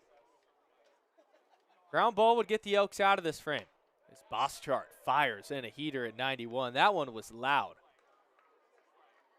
Marcus Galvin's been working hard back there behind the squat. We're behind the dish. We're approaching 10 p.m. local time. This game started at 6:37, and Schmokel on first, but Galvin has caught every moment. 3 hours and 21 minutes we've been live on the Bend Elks YouTube page. Boschart pitching for the K. This could be 2. Fudgefield, second for 1. Throw to first, not in time. Coming in to score is Zane Garvey, and it's 13-5 on the fielder's choice.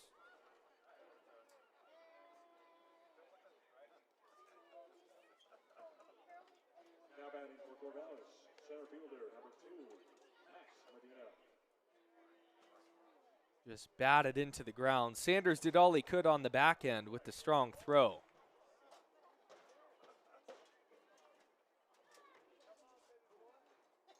Max Medina, top of the order. Take a strike on the outside corner.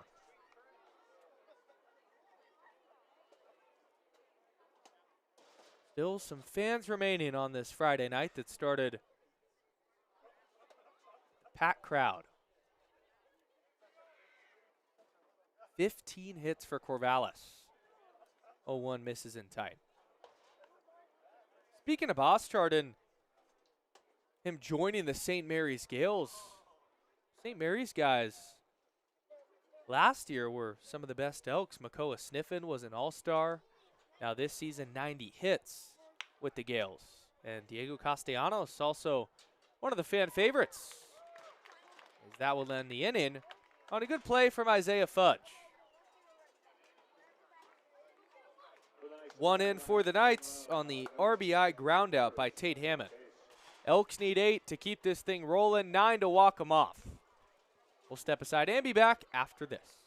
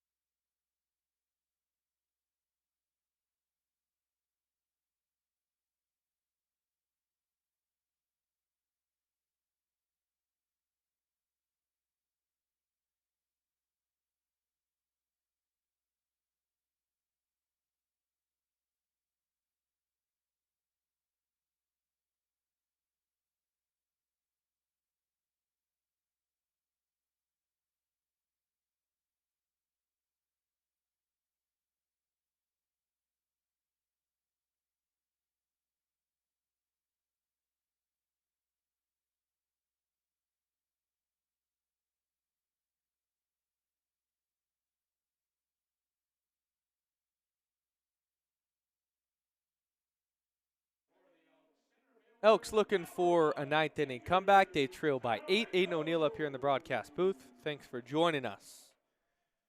Top of the order for these Elks, starting with Aiden Tallarico, who looks to get things going. Take outside the 83-mile-per-hour pitch. This is still Luke Scheffler or the Corvallis Knights. If you're looking for a part of the order that you want up to mount a comeback, I'd probably pick this group. Even though Rico and Fudge, Miller have all been quiet tonight, those numbers still solid. 1-1 misses away. Aiden Tallarico, with how highly touted he is as a prospect after that ridiculous season he had at Florida Southwestern, you wonder how long he's going to stay in Bend. A lot of these guys, when they're in the portal, they commit, then they're honestly forced to shut down. So we'll savor these moments with Rico, but he is as competitive as they come when it comes to wanting to win, loving being here, reuniting with Alan Cox, who first coached him in the post-grad in South Carolina. Swings through it. And that's one thing that Alan Cox is really good at. Of course, has made the playoffs in back-to-back years, but the eye for talent. Rico, though, strikes out. 1 out in the 9th. Alan has had the opportunity to coach the likes of the Naylor brothers in Canada. He was telling me a story about how he pointed out now big leaguer Jonah Cox before anybody else did at the junior college level and said, that guy is going to be something. And I believe Alan. I don't think it's like the whole LeBron meme situation where he predicts what's going to happen next. No, I actually think Alan has that knack. Now Isaiah Fudge. Pop up the 1-0. Goes foul.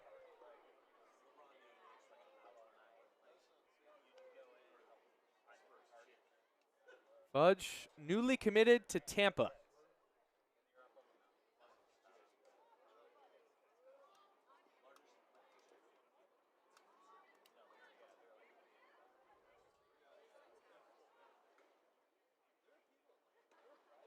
Big breaking ball misses down and in tight.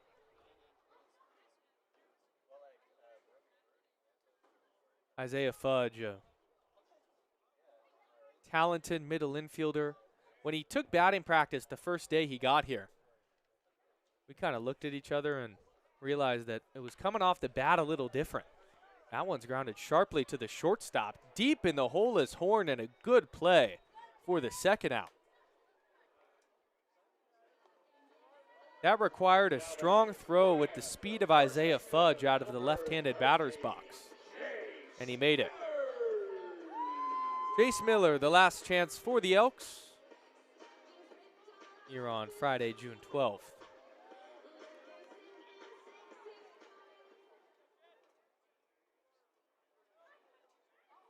Little bit of Kesha for Jace with the walk-up song. The remix version. Take away on that pitch.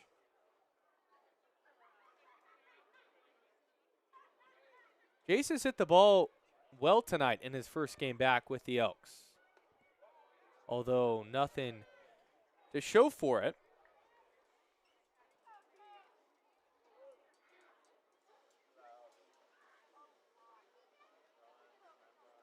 Jace, the former Oregon State Beaver, now the transfer portal for one final year of eligibility, as he chops the 2-0 to the third baseman in Hammond. His throw to first is in time, and that's where this ball game will end. The Corvallis Knights win their third straight game and open up this series with a win.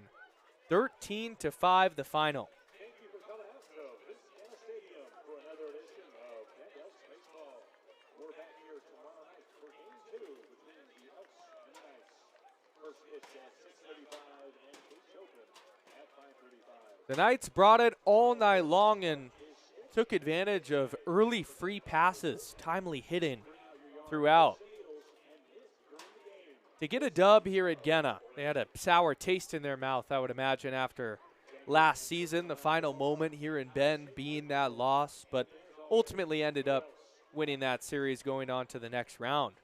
These two teams have been really competitive for a whole lot of years, but the Knights this year have that edge, improving to 8-4 on the season. And the Bend Elks, I mean, it's tough to know where to start when everything isn't going your way. That's kind of how it's felt. When the pitching is good for the Elks, it feels like the hitting falters. Tonight, the hitting was just fine, but the pitching was up and down, and it started with those walks. I believe 10 in total. I'll count them up in just a sec. But a frustrating one, and make that 7 straight West Coast League losses for the Elks. It was a 6-game road trip a week ago where the Elks didn't win one game. And now the Knights, the winners of the most WCL titles, are in town, and life becomes even more difficult with that big loss. It was a tough one tonight. I mean, you look back at the final series for the Elks in WCL play, it was similar. There were games that were frankly lopsided, and tonight was the exact same. But a lot of raw talent with this Elks group, a new group that is now just starting to connect and gel, and you do expect over the next week or so things to turn around, but at the present moment, the Elks have a big hole to dig themselves out of at the bottom of the WCL standings. And the first 10 games are concluded. Not looking so bright. 2 more games for the rest of this series. Tomorrow night, 6:35 first pitch. Sunday, 5:05 first pitch. But until then, for our producer, Pierce Gordon, I'm Aiden O'Neill saying so long. Your final lines: 13 for Corvallis, 5 for the Elks, 15 hits for the Knights, an offensive onslaught, 8 for Bend, and then 3 errors for Corvallis, and 2 for the Elks. Aiden O'Neill one final time. We will see you tomorrow. Have a great night. We'll see you next time at Genna.